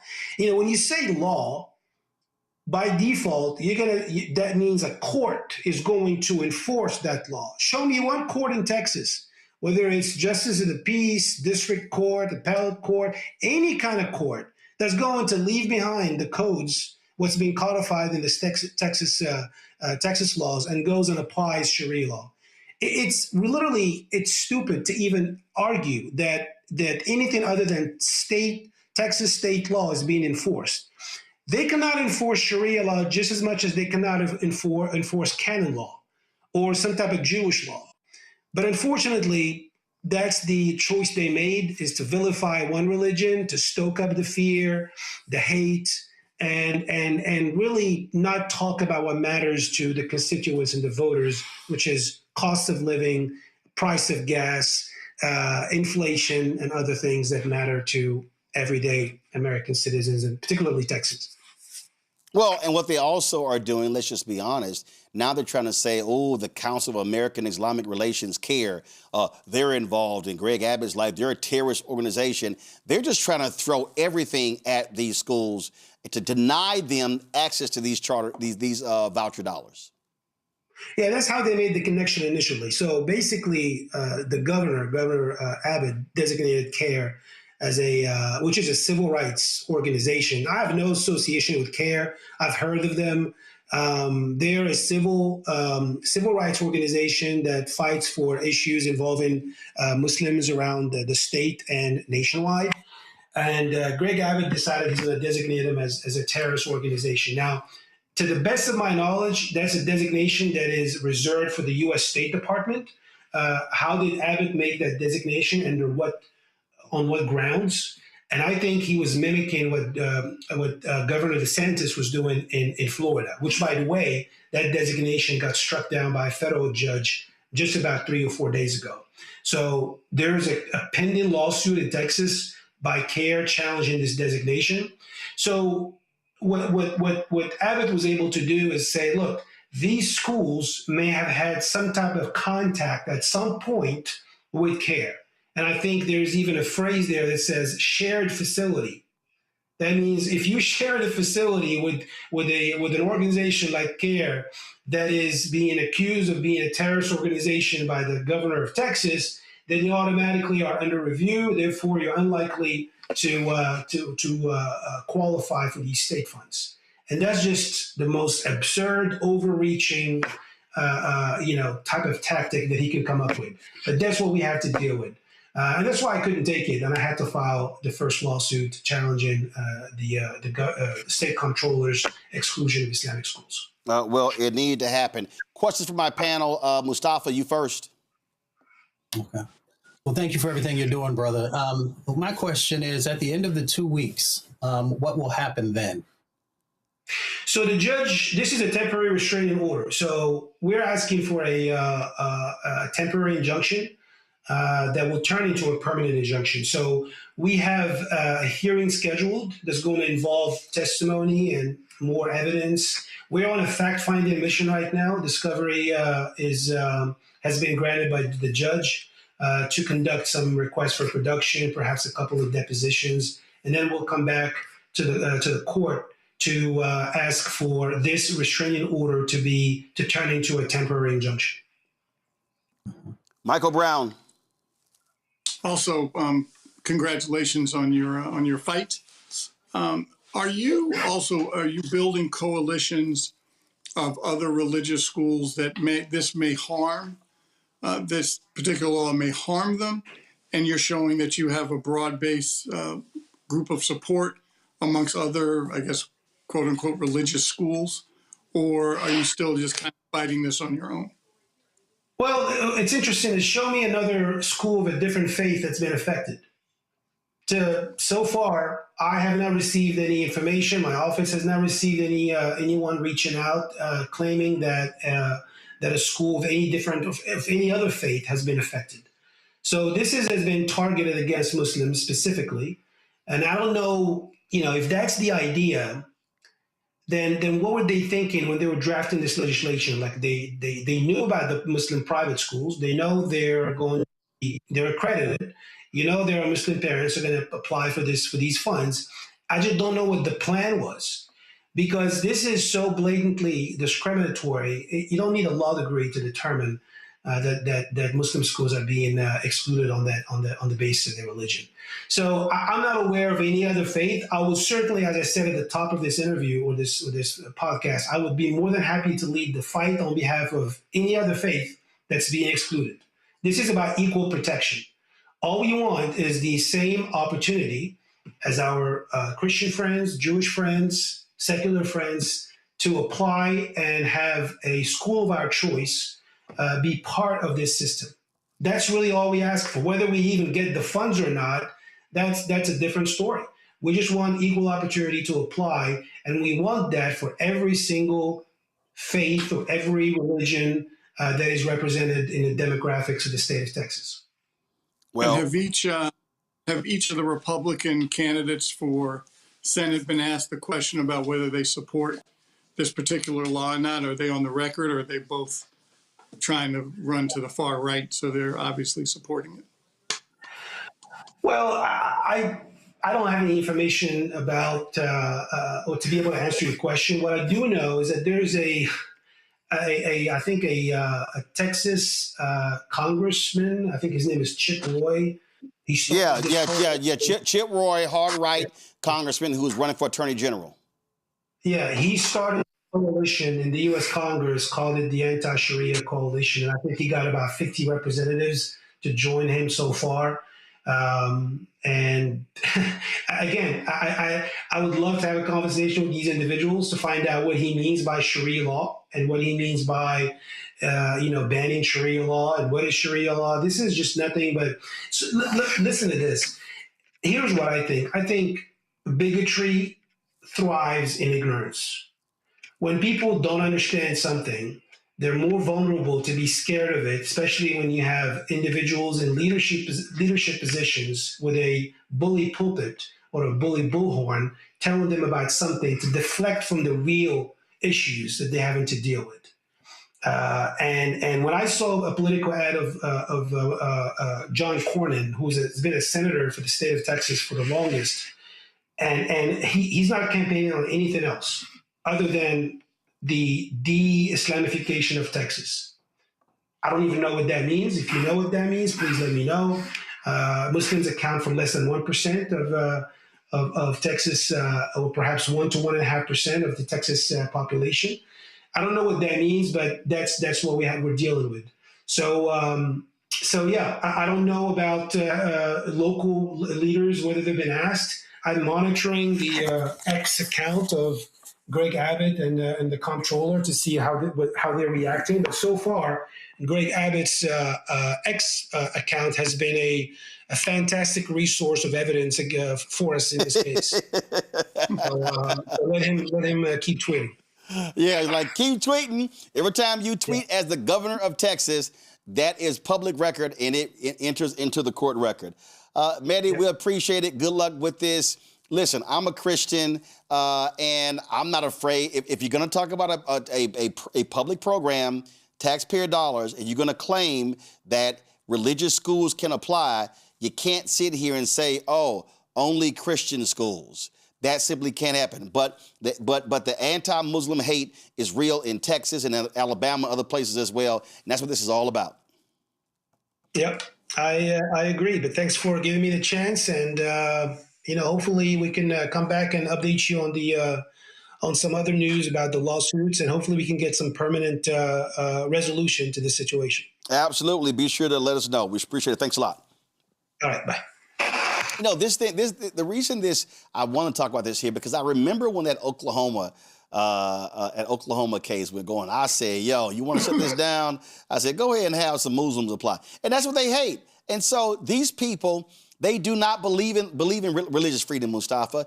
It is white Christian hate. You've got that ignorant fool, Tommy Tuberville, constantly attacking folks. You've got individuals who have served in the military. I've seen some tweets, served in the military, saying, I pledge to give my life to this country, and because of my religion, you're against me. When these same white right-wing maggots say nothing about the Christian right-wing terrorists in this country, but they only assign it. And the reality is, we know the biggest issue facing America is white domestic terrorism. Yeah, without a doubt. And we've talked about that on the show a number of times.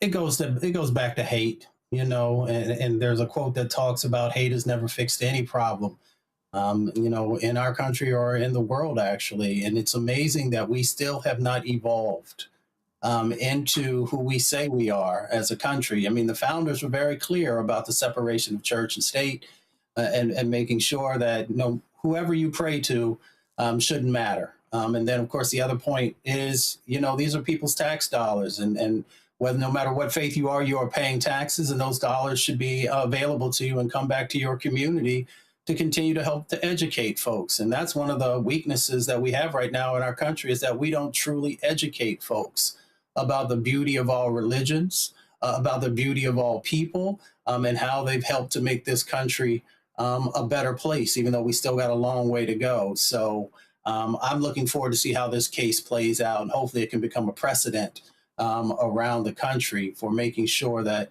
all religions are being honored, and that all folks have an equal opportunity to get the education that folks deserve.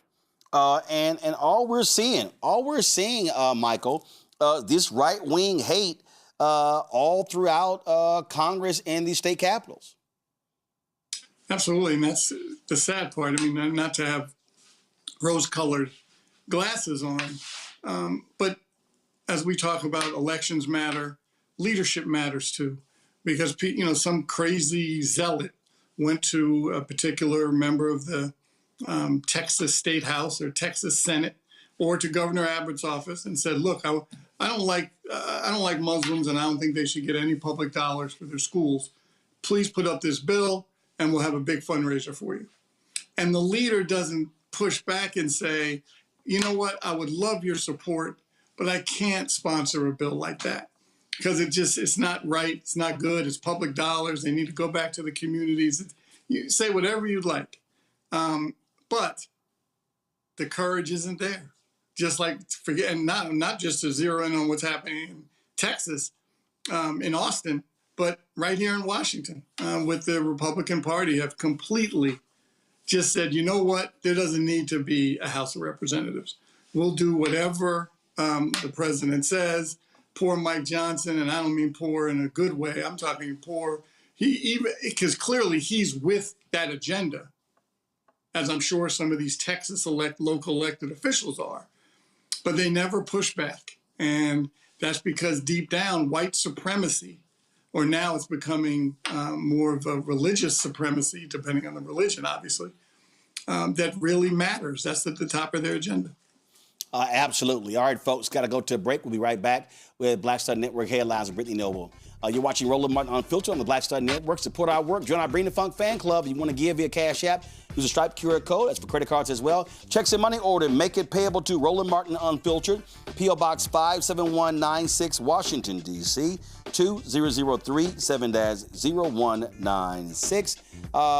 Again, PayPal, R Martin Unfiltered, Venmo, RM Unfiltered, Zelle, Roland at RolandSMartin.com, Roland at RolandMartinUnfiltered.com. And again, if you want to do Cash App, use a Stripe QR code. That's all, this QR code right here, also for credit cards. And again, please, checks and money order, make it payable to Roland Martin Unfiltered, P.O. Box 57196, Washington, D.C., 20037-0196. Back in a moment. A decade of love, joy, and power. Black Voters Matter is 10 years old, and we are just getting started. This is love with a purpose. This is Black joy in motion. This is unstoppable power. across campuses, neighborhoods, and back roads. Let's go! We show up not just to vote, but to be seen, to be heard, to belong. We ride together, we organize together. We remind each other that our voices matter, because they always have. Black Voters Matter is about more than ballots. It's about housing and healthcare, clean water and living wages, education, reproductive freedom, and dignity. It's about turning pain into action, turning belief into movement, turning community into power. We don't wait to be invited. We bring the energy. We bring the love. We bring the people. Because when Black communities come together, we don't just survive, we thrive. This is how change happens.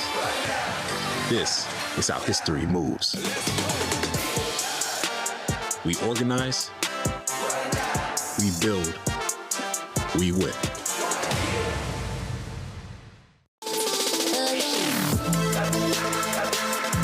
Hey y'all, welcome to The Other Side of Change, only on the Black Star Network and hosted by myself, Rhea Baker, and my good sis, Jamira Burley.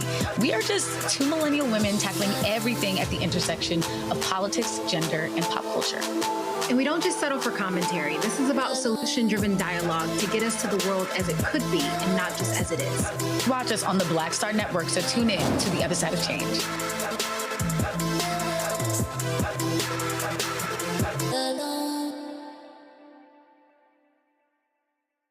Hey, I'm TD Jakes, and you are watching the Black Star Network.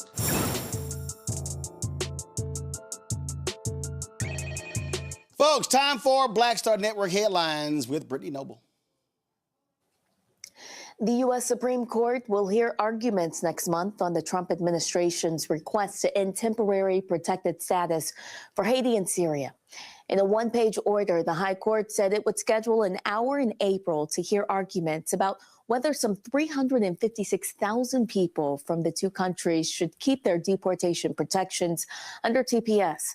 It also requested both sides submit legal briefs in the coming weeks. So far, the Supreme Court has greenlit an emergency request to allow the Trump administration to end TPS for Venezuela, leaving over 500,000 people from the South American country in turmoil without the deportation protections. But Monday's order delayed making a call on the Trump administration's request to end TPS for Haiti and Syria. It also sets the stage for a consequential decision that will shape the future of hundreds of thousands of immigrants from several different countries living in the United States under protection. Well, the Kennedy Center's board of directors voted to shut down operations for 2 years as President Donald Trump calls for a major overhaul of the D.C.-based performing arts institution. It's the latest move by the Trump administration to put a stamp on the Kennedy Center, drawing stiff criticism from congressional Democrats and performing artists. The center's board, which includes many members handpicked by Trump, voted last year to rename it to the Trump Kennedy Center, leading to a wave of performance cancellations. Trump has cited the need for repairs as a reason for the closure, which will take effect after his summer's July 4th celebrations. The board also voted to install Matt Flocka as CEO and executive director, replacing Trump ally Richard Grenell, who oversaw far-reaching changes at that venue.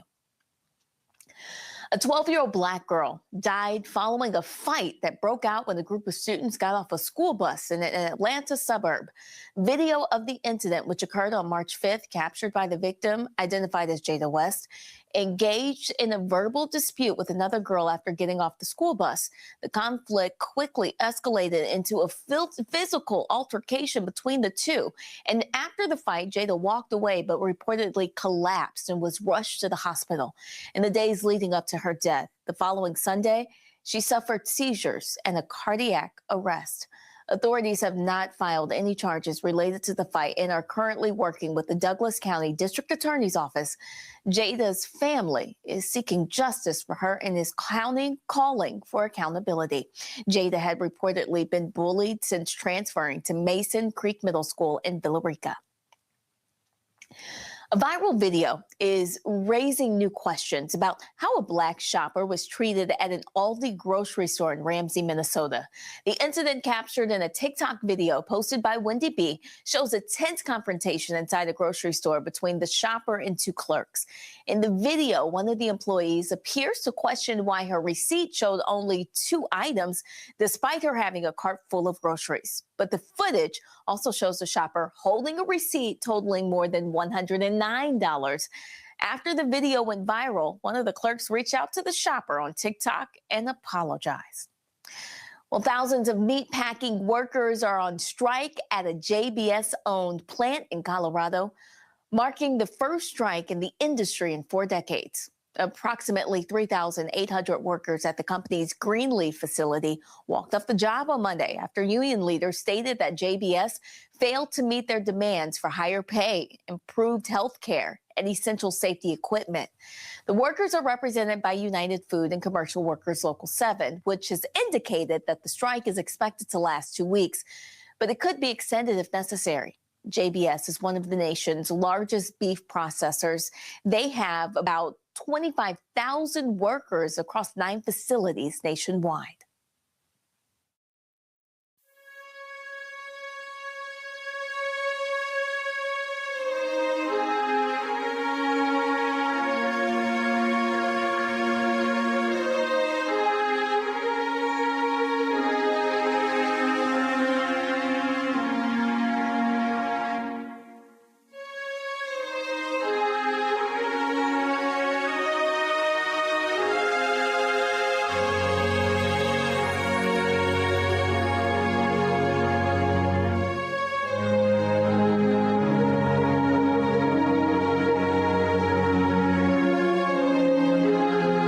Us were stunned last night when we got the news that the longtime co-host of the legendary long-running television show Showtime with the Apollo, Kiki Shepard, had passed away. She was 74 years old.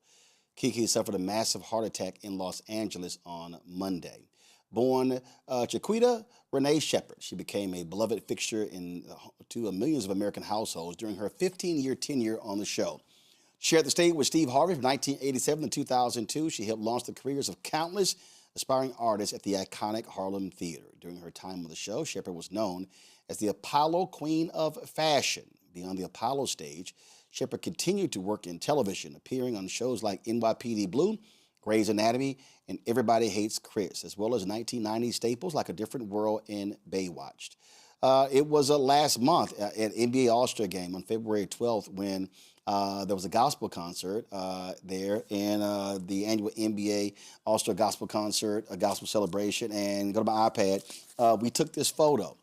Kiki was praising the Lord. She was having a great time, and Kiki wanted me to play in her golf tournament. She did an annual golf tournament benefiting sickle cell anemia, and Byron Scott, her longtime collaborator on that, was involved in that, and she said, Roland, look, you play golf. I keep seeing you, all these videos and stuff. I want you to play in my golf tournament. And she had asked me before, we traded numbers. We took this photo, and she said, I said, Kiki, let's do it. But she passed away. This is now at that night, Kiki was honored by Tamika Holyfield and her organization for her longtime work in Los Angeles and around the country on behalf of sickle cell. Here was that presentation. The Game Changer Award, actress and philanthropist, Kiki Shepard. Kiki Shepard, from iconic stage to life-saving advocate, a true game changer. Kiki Shepard, renowned for her electrifying presence on the stage at Showtime at the Apollo, has only captivated audience with her charisma, but also her dedication for over 22 years in an unwavering fight against sickle cell disease, solidifying her status as a true game changer. For a decade, from 1987 to 1997, Kiki Shepard graced the legendary stage of Showtime at the Apollo. As its iconic co-host, her infectious energy, quick wit, and genuine warmth forged by immediate and lasting connection with millions of viewers, making her a beloved figure in entertainment. Working alongside legendary host Steve Harvey, Kiki was more than just a co-host. She was the heart of the show, guiding contestants, engaging the audience, and creating an atmosphere of unforgettable moments. Her presence extended beyond the Apollo, with a notable career in television and entertainment that showcased her versatility and undeniable star power. Kiki's commitment found a powerful ally in NBA legend Byron Scott. Their shared passion for the cause brought them together, amplifying their collective voice and reach. Through joint initiatives and events, they have leveraged their combined platforms to educate the public engagement for high-profile personalities and galvanize support, demonstrating the immense power of unity in the fight against sickle cell disease. Kiki Shepard is undeniably a game changer. She's masterfully used her entertainment platform not merely for fame, but as a megaphone for advocacy. Through her tireless dedication, she has touched and changed countless lives, bringing much-needed attention to a community battling a powerful disease. Her persistence over more than 2 decades, her compassion, her spirit, and her unwavering ability to inspire others defined her leadership in this fight. Her legacy is one of compassion, dedication, and relentlessness. Kiki Shepard's ongoing work continues to embody the spirit of true humanitarianism, leaving an indelible mark on both the entertainment world and the medical community. Kiki Shepard reminds us that true star power lies not only in dazzling the stage, but in illuminating the path for those in need. Her journey is a testament to an extraordinary impact one individual can have on shaping a brighter, healthier future for all. Our 2026 Slam Dunk Game Changer Award recipient, Kiki Shepard. All right, Los Angeles, All-Star Gospel Celebration. Please put your, matter of fact, you deserve more than you just standing up. Please stand to your feet for the Queen. Stand to your feet for the Queen. For live at Showtime at the Apollo, the Queen herself, Kiki Shepard. Come on, y'all. Oh, y'all can do better than that. I just want you to stand here for a second. We grew up watching all of your icon, legendary hosting. Make some noise for the beautiful Queen, Kiki Shepard. Let's go. Let's give her flowers, y'all. Somebody say, all right. We would like you to just have a few words before we present you your award. Oh, my. I'm trying not to cry. This is really overwhelming to a great degree because love coming to you changes you and makes you understand and know that you have done something right, that you have done something to improve the life of somebody else. To those who are blessed with so much, you have to give back. And I thank you all so much to be being honored tonight in saying that I have been a game changer. My voice is shaking. I'm not usually like this. I'm usually very effervescent and fast and quick. But maybe it's being in the living room. Maybe it's being here and understanding, knowing the blessings that are washing over me and everybody else. That's making me rather nervous. The first person that bought me to Faithful Central is in the audience too, my good girlfriend, Dawn Lewis. She bought me to Faithful Central first. And Bishop Ulmer was saying some stuff. And I went back later and said, I didn't know that you were talking to me. He said, Kiki, I didn't even see where you were. Which meant that it was meant for me, even though he didn't know he was delivering it. So thank you all so much. And please go get tested for sickle cell trait. Live with knowledge, understand and know, because it's not gone yet, y'all. And it runs in every ethnicity. It's not just black people, it's all of us. So please go get tested for sickle cell trait and help a sickle cell warrior out whenever you can. Thank you so much. Oh my God. Come on, one more time. The beautiful, live from the Showtime at the Apollo, Kiki Shepard. Now, Queen, before I present you your award, as a gospel comedian, Jay Red, I always wanted to be on Apollo, but I was a kid. Can you please do what you do over my... Make some noise! I think I won! I'm the gospel Steve Harvey. Come on, Jesus. Kiki Shepard, we present this to you. Come on, on, y'all. She is a game changer. Come on.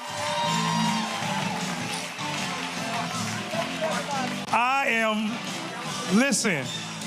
Folks, when so Dietrich Haddon performed that night, and I was going through my videos and everything, and this was actually, I can't remember if we took the picture before this, but this was the last video I shot of Kiki that night.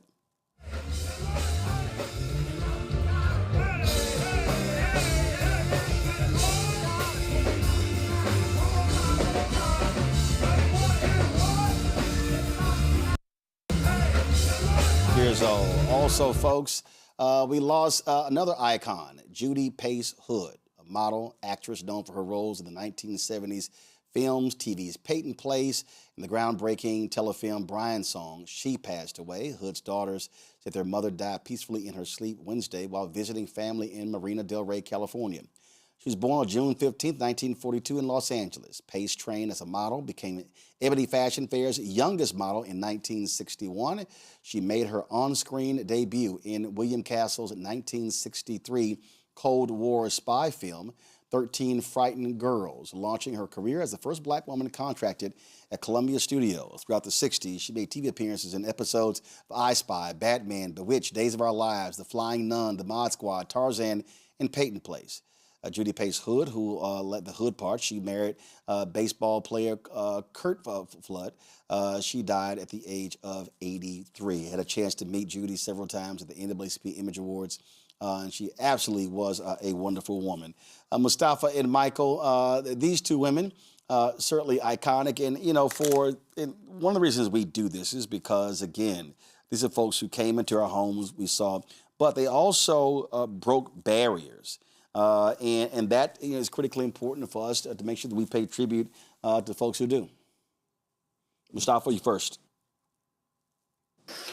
I mean, you know, for me, you know, watching reruns and sometimes, you know, things that were live and seeing these individuals was incredibly important, especially in the places that I grew up, where often I, wasn't surrounded by a lot of our own folks.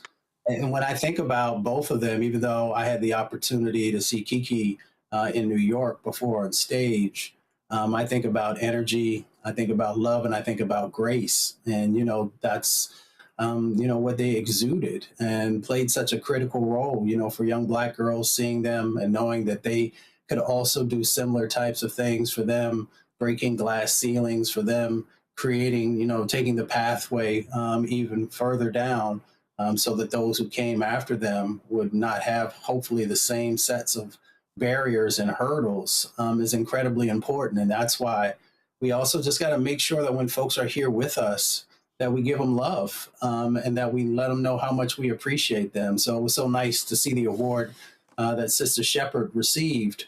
But we should just make sure that we're doing that with all of the folks who are elders in our communities, those who are on TV, those who are on radio, and those who just are in the community giving back. And if we do that, then I think we honor everything that they poured into us. And the reality is, Michael, I was texting Dietrich Haddon earlier that at the end of the day, no one knows any day, hour, minute, or second. And so we should do that regardless of folks' age. I think what often happens is, it trips me out when I see these Presidential Medal of Freedom awards or the Kennedy Center, and they waited for somebody to turn 85, 90, or older. And it's like, yo, man, what you doing? Give folk they love while they are here.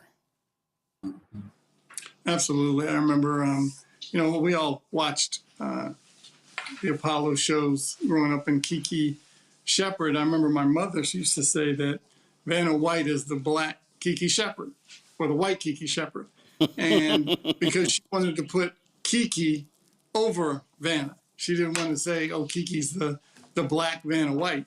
My mom looked at it the opposite way, and it was so true. She was full of personality. She got the show moving, whether it's reruns or if you watched it live. And obviously the great tribute you gave her tonight is what it's all about. And we should be very proud. And she's an icon. And I'm sorry to see her go, but obviously God bless and rest in peace. Absolutely. And as I was going through, I was trying to find. I know Judy Pace and I took a photo at the Image Awards, and I'm trying to locate that photo, and I simply cannot remember it. And it was rough going through my personal archives and just the number of people in just the past 10 years, icons who I met and talked to, who we lost, and so certainly just want to.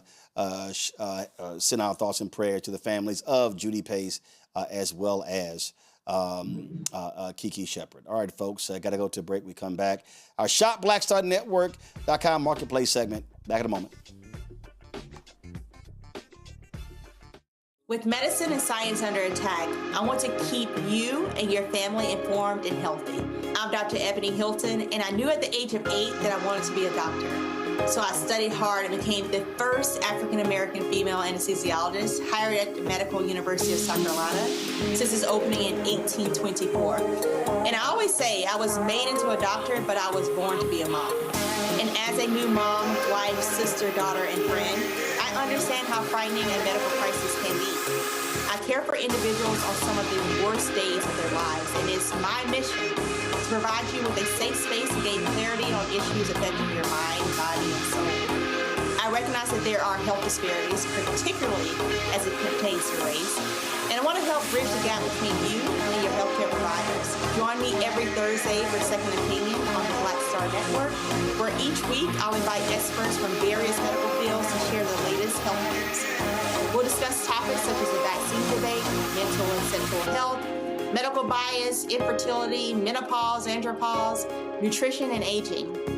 Together with my medical colleagues, we aim to provide you with a second opinion. Don't miss it, Thursdays only on the Black Star Network. I'm Mark Morial, President and CEO of the National Urban League, and I'm watching the Black Star Network.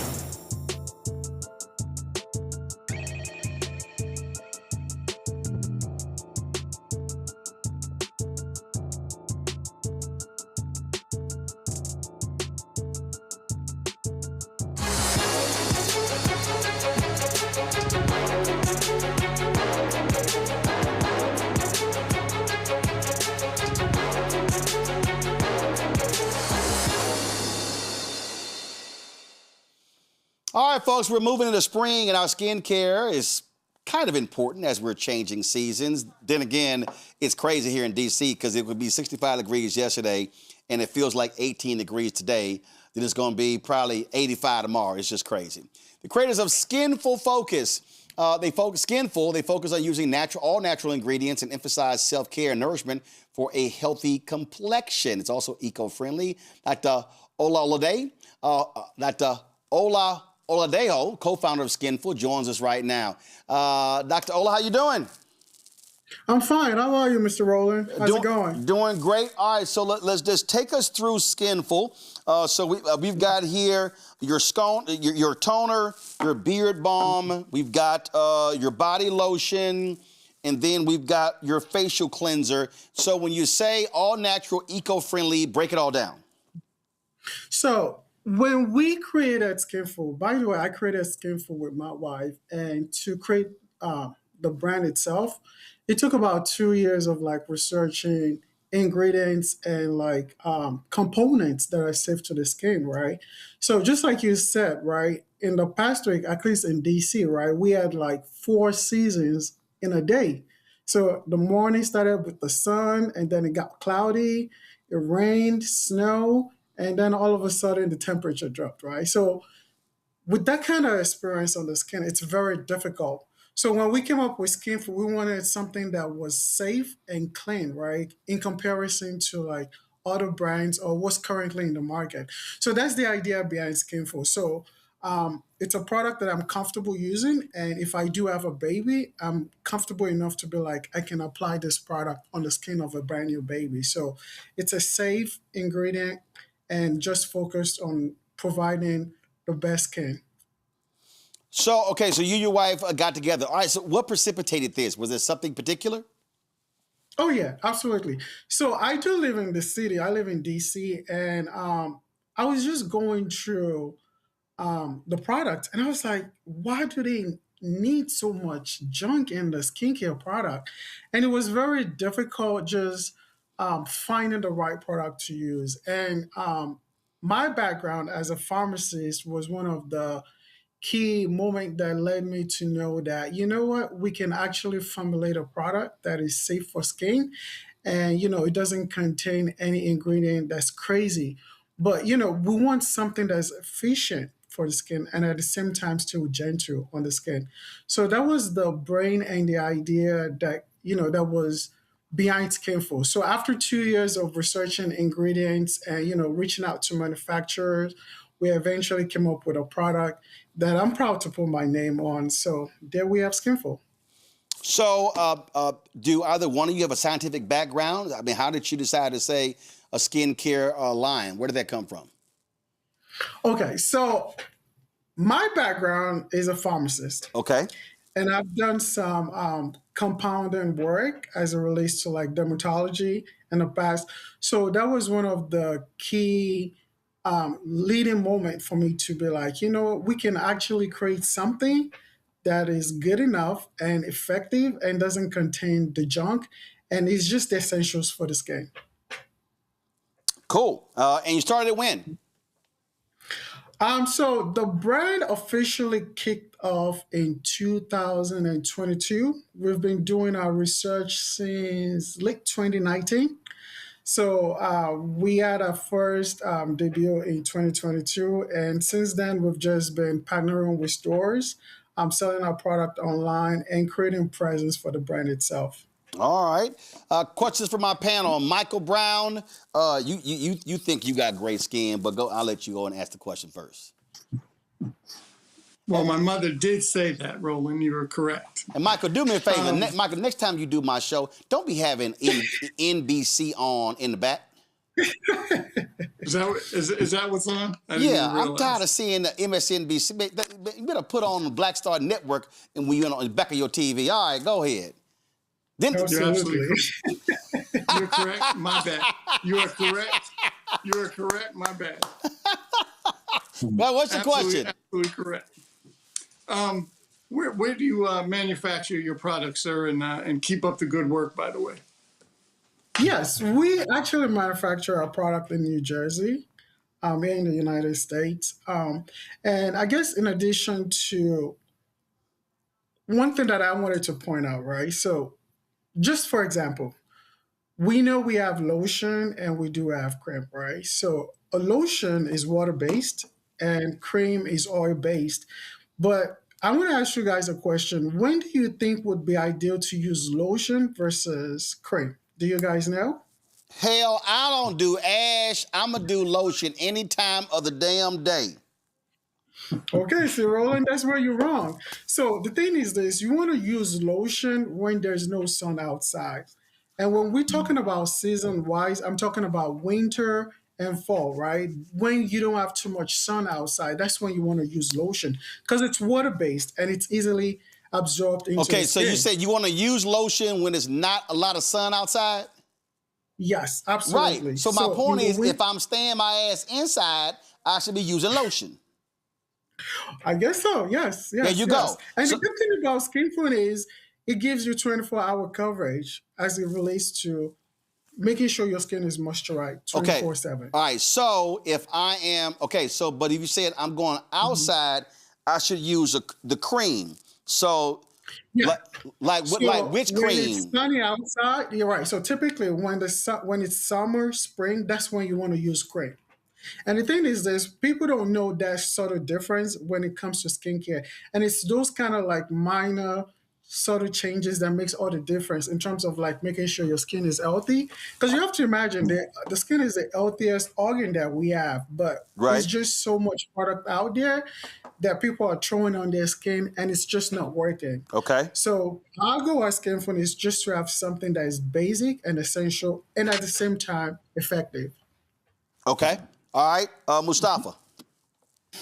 Well, Doctor, congratulations. I think this may be one of the first times that we've had someone come on who has a beard balm product. Could you talk a little bit about the benefits of that and what you've seen from the folks who purchased it?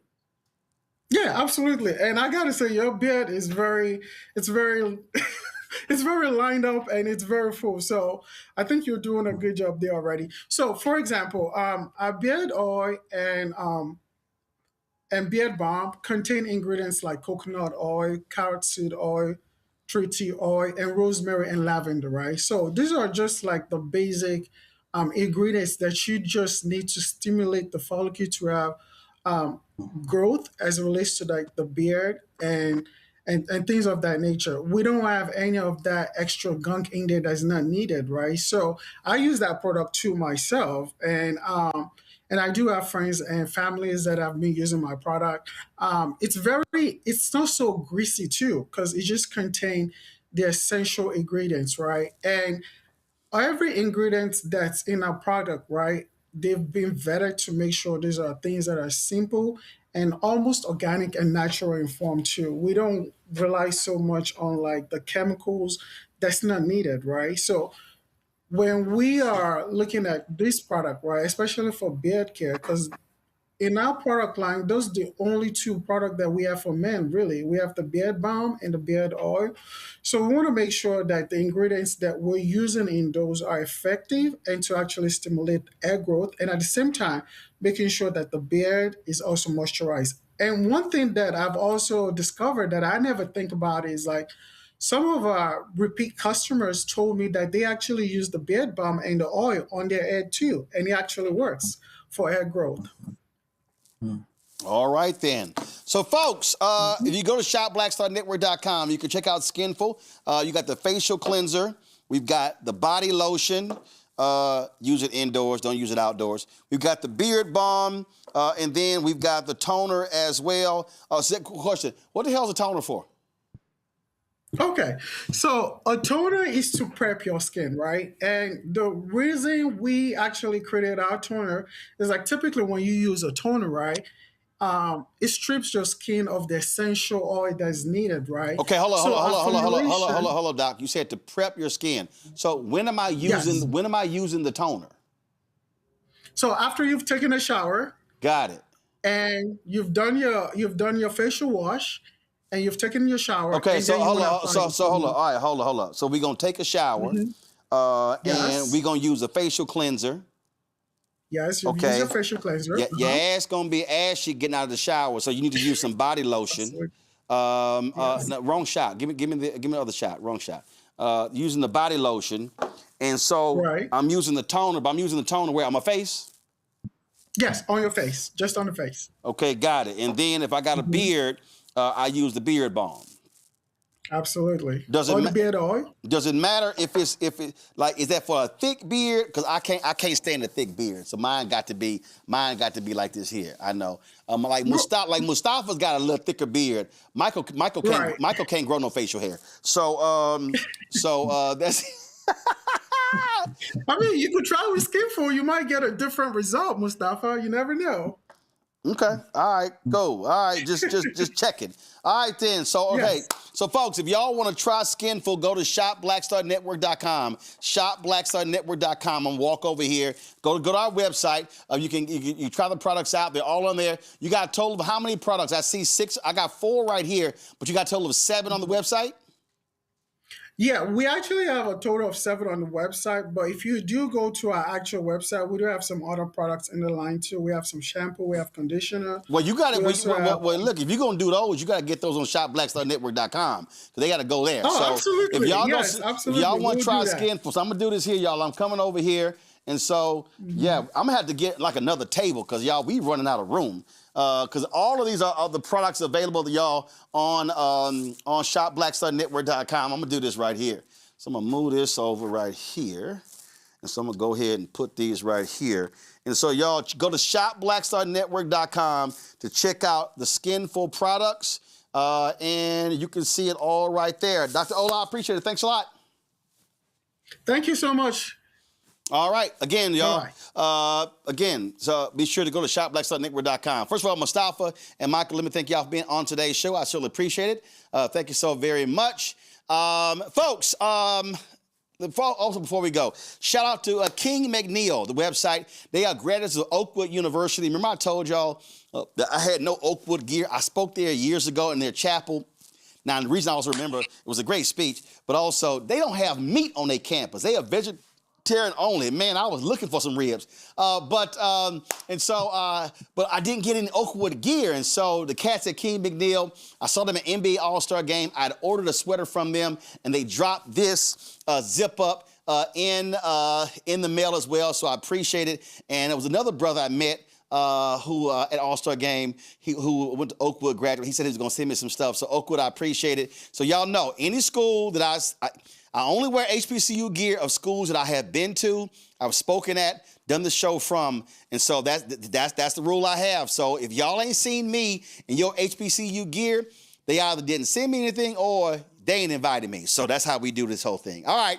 I want y'all to join our Bring the Funk fan club. Support our show. We're doing some amazing things, y'all. We got 6 total shows. This show, Brittany Noble's Daily News Show, The Breakdown of Brittany Noble. We've got Balanced Living with Jackie Martin. We got Greg Carr's The Black Table. We got The Other Side of Change. We got Roland's Book Club. We got Second Opinion with Dr. Ebony Hilton. We're still working on our weekly business show, y'all. So there's a lot going on. So we want y'all to support the work that we do. Join our Bring the Funk fan club.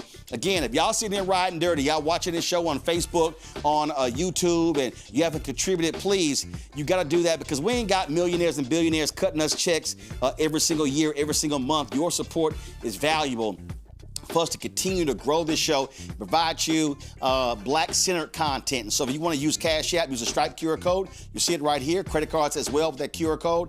Checks and money order. Make it payable to Roland Martin Unfiltered. P.O. Box 57196, Washington, D.C. 2003-7-0196. PayPal is R Martin Unfiltered. Venmo RM Unfiltered. Zelle. Roland at RolandSMartin.com. Roland at RolandMartinUnfiltered.com. Download the Black Star Network app, Apple phone, Android phone, Apple TV, Android TV, Amazon Fire TV, Roku, Samsung Smart TV. You want to get our Roland Martin Unfiltered Black Star Network swag? Do me a favor, go to shopblackstarnetwork.com. Folks, the merchandise is there. We got all these shirts. Don't blame me. Voted for the black woman. MAGA chose between woke or broke. They chose broke. How you die does not redeem how you live. Also, black-owned media matters. So we got all that stuff right there on shopblackstarnetwork.com. Plus, all of the products that you see right here available on shopblackstarnetwork.com. We created this marketplace, y'all. These are all black-owned companies. We talk about supporting our own. Well, we actually have to do it. So when you buy these products from shopblackstarnetwork.com, you also are supporting this black-owned show as well. And so you name it, we got it. Peruse the site. They got a bunch of different stuff that you know that you use every single day, whether it's skincare, whether it's for your beard. We got different companies. We got watches, we got books, we got dolls. Man, we got handbags. We got all kinds of stuff. Chips. We got pecans. I mean, you name it, car solution. So go to shopblackstarnetwork.com. Check it all out. Also, download the app Fanbase. Follow me at Roland S. Martin on Fanbase. Let's grow that black-owned social media app. It's not just for black folks. It's black-owned. Support them as well. So, again, Fanbase. And, of course, watch Brittany Noble, the breakdown of Brittany Noble, every day at noon Eastern right here on the Black Star Network as well. I don't think I left anything out. That's it. I got to go. I'll see you tomorrow right here. Roland Martin Unfiltered, Black Star Network.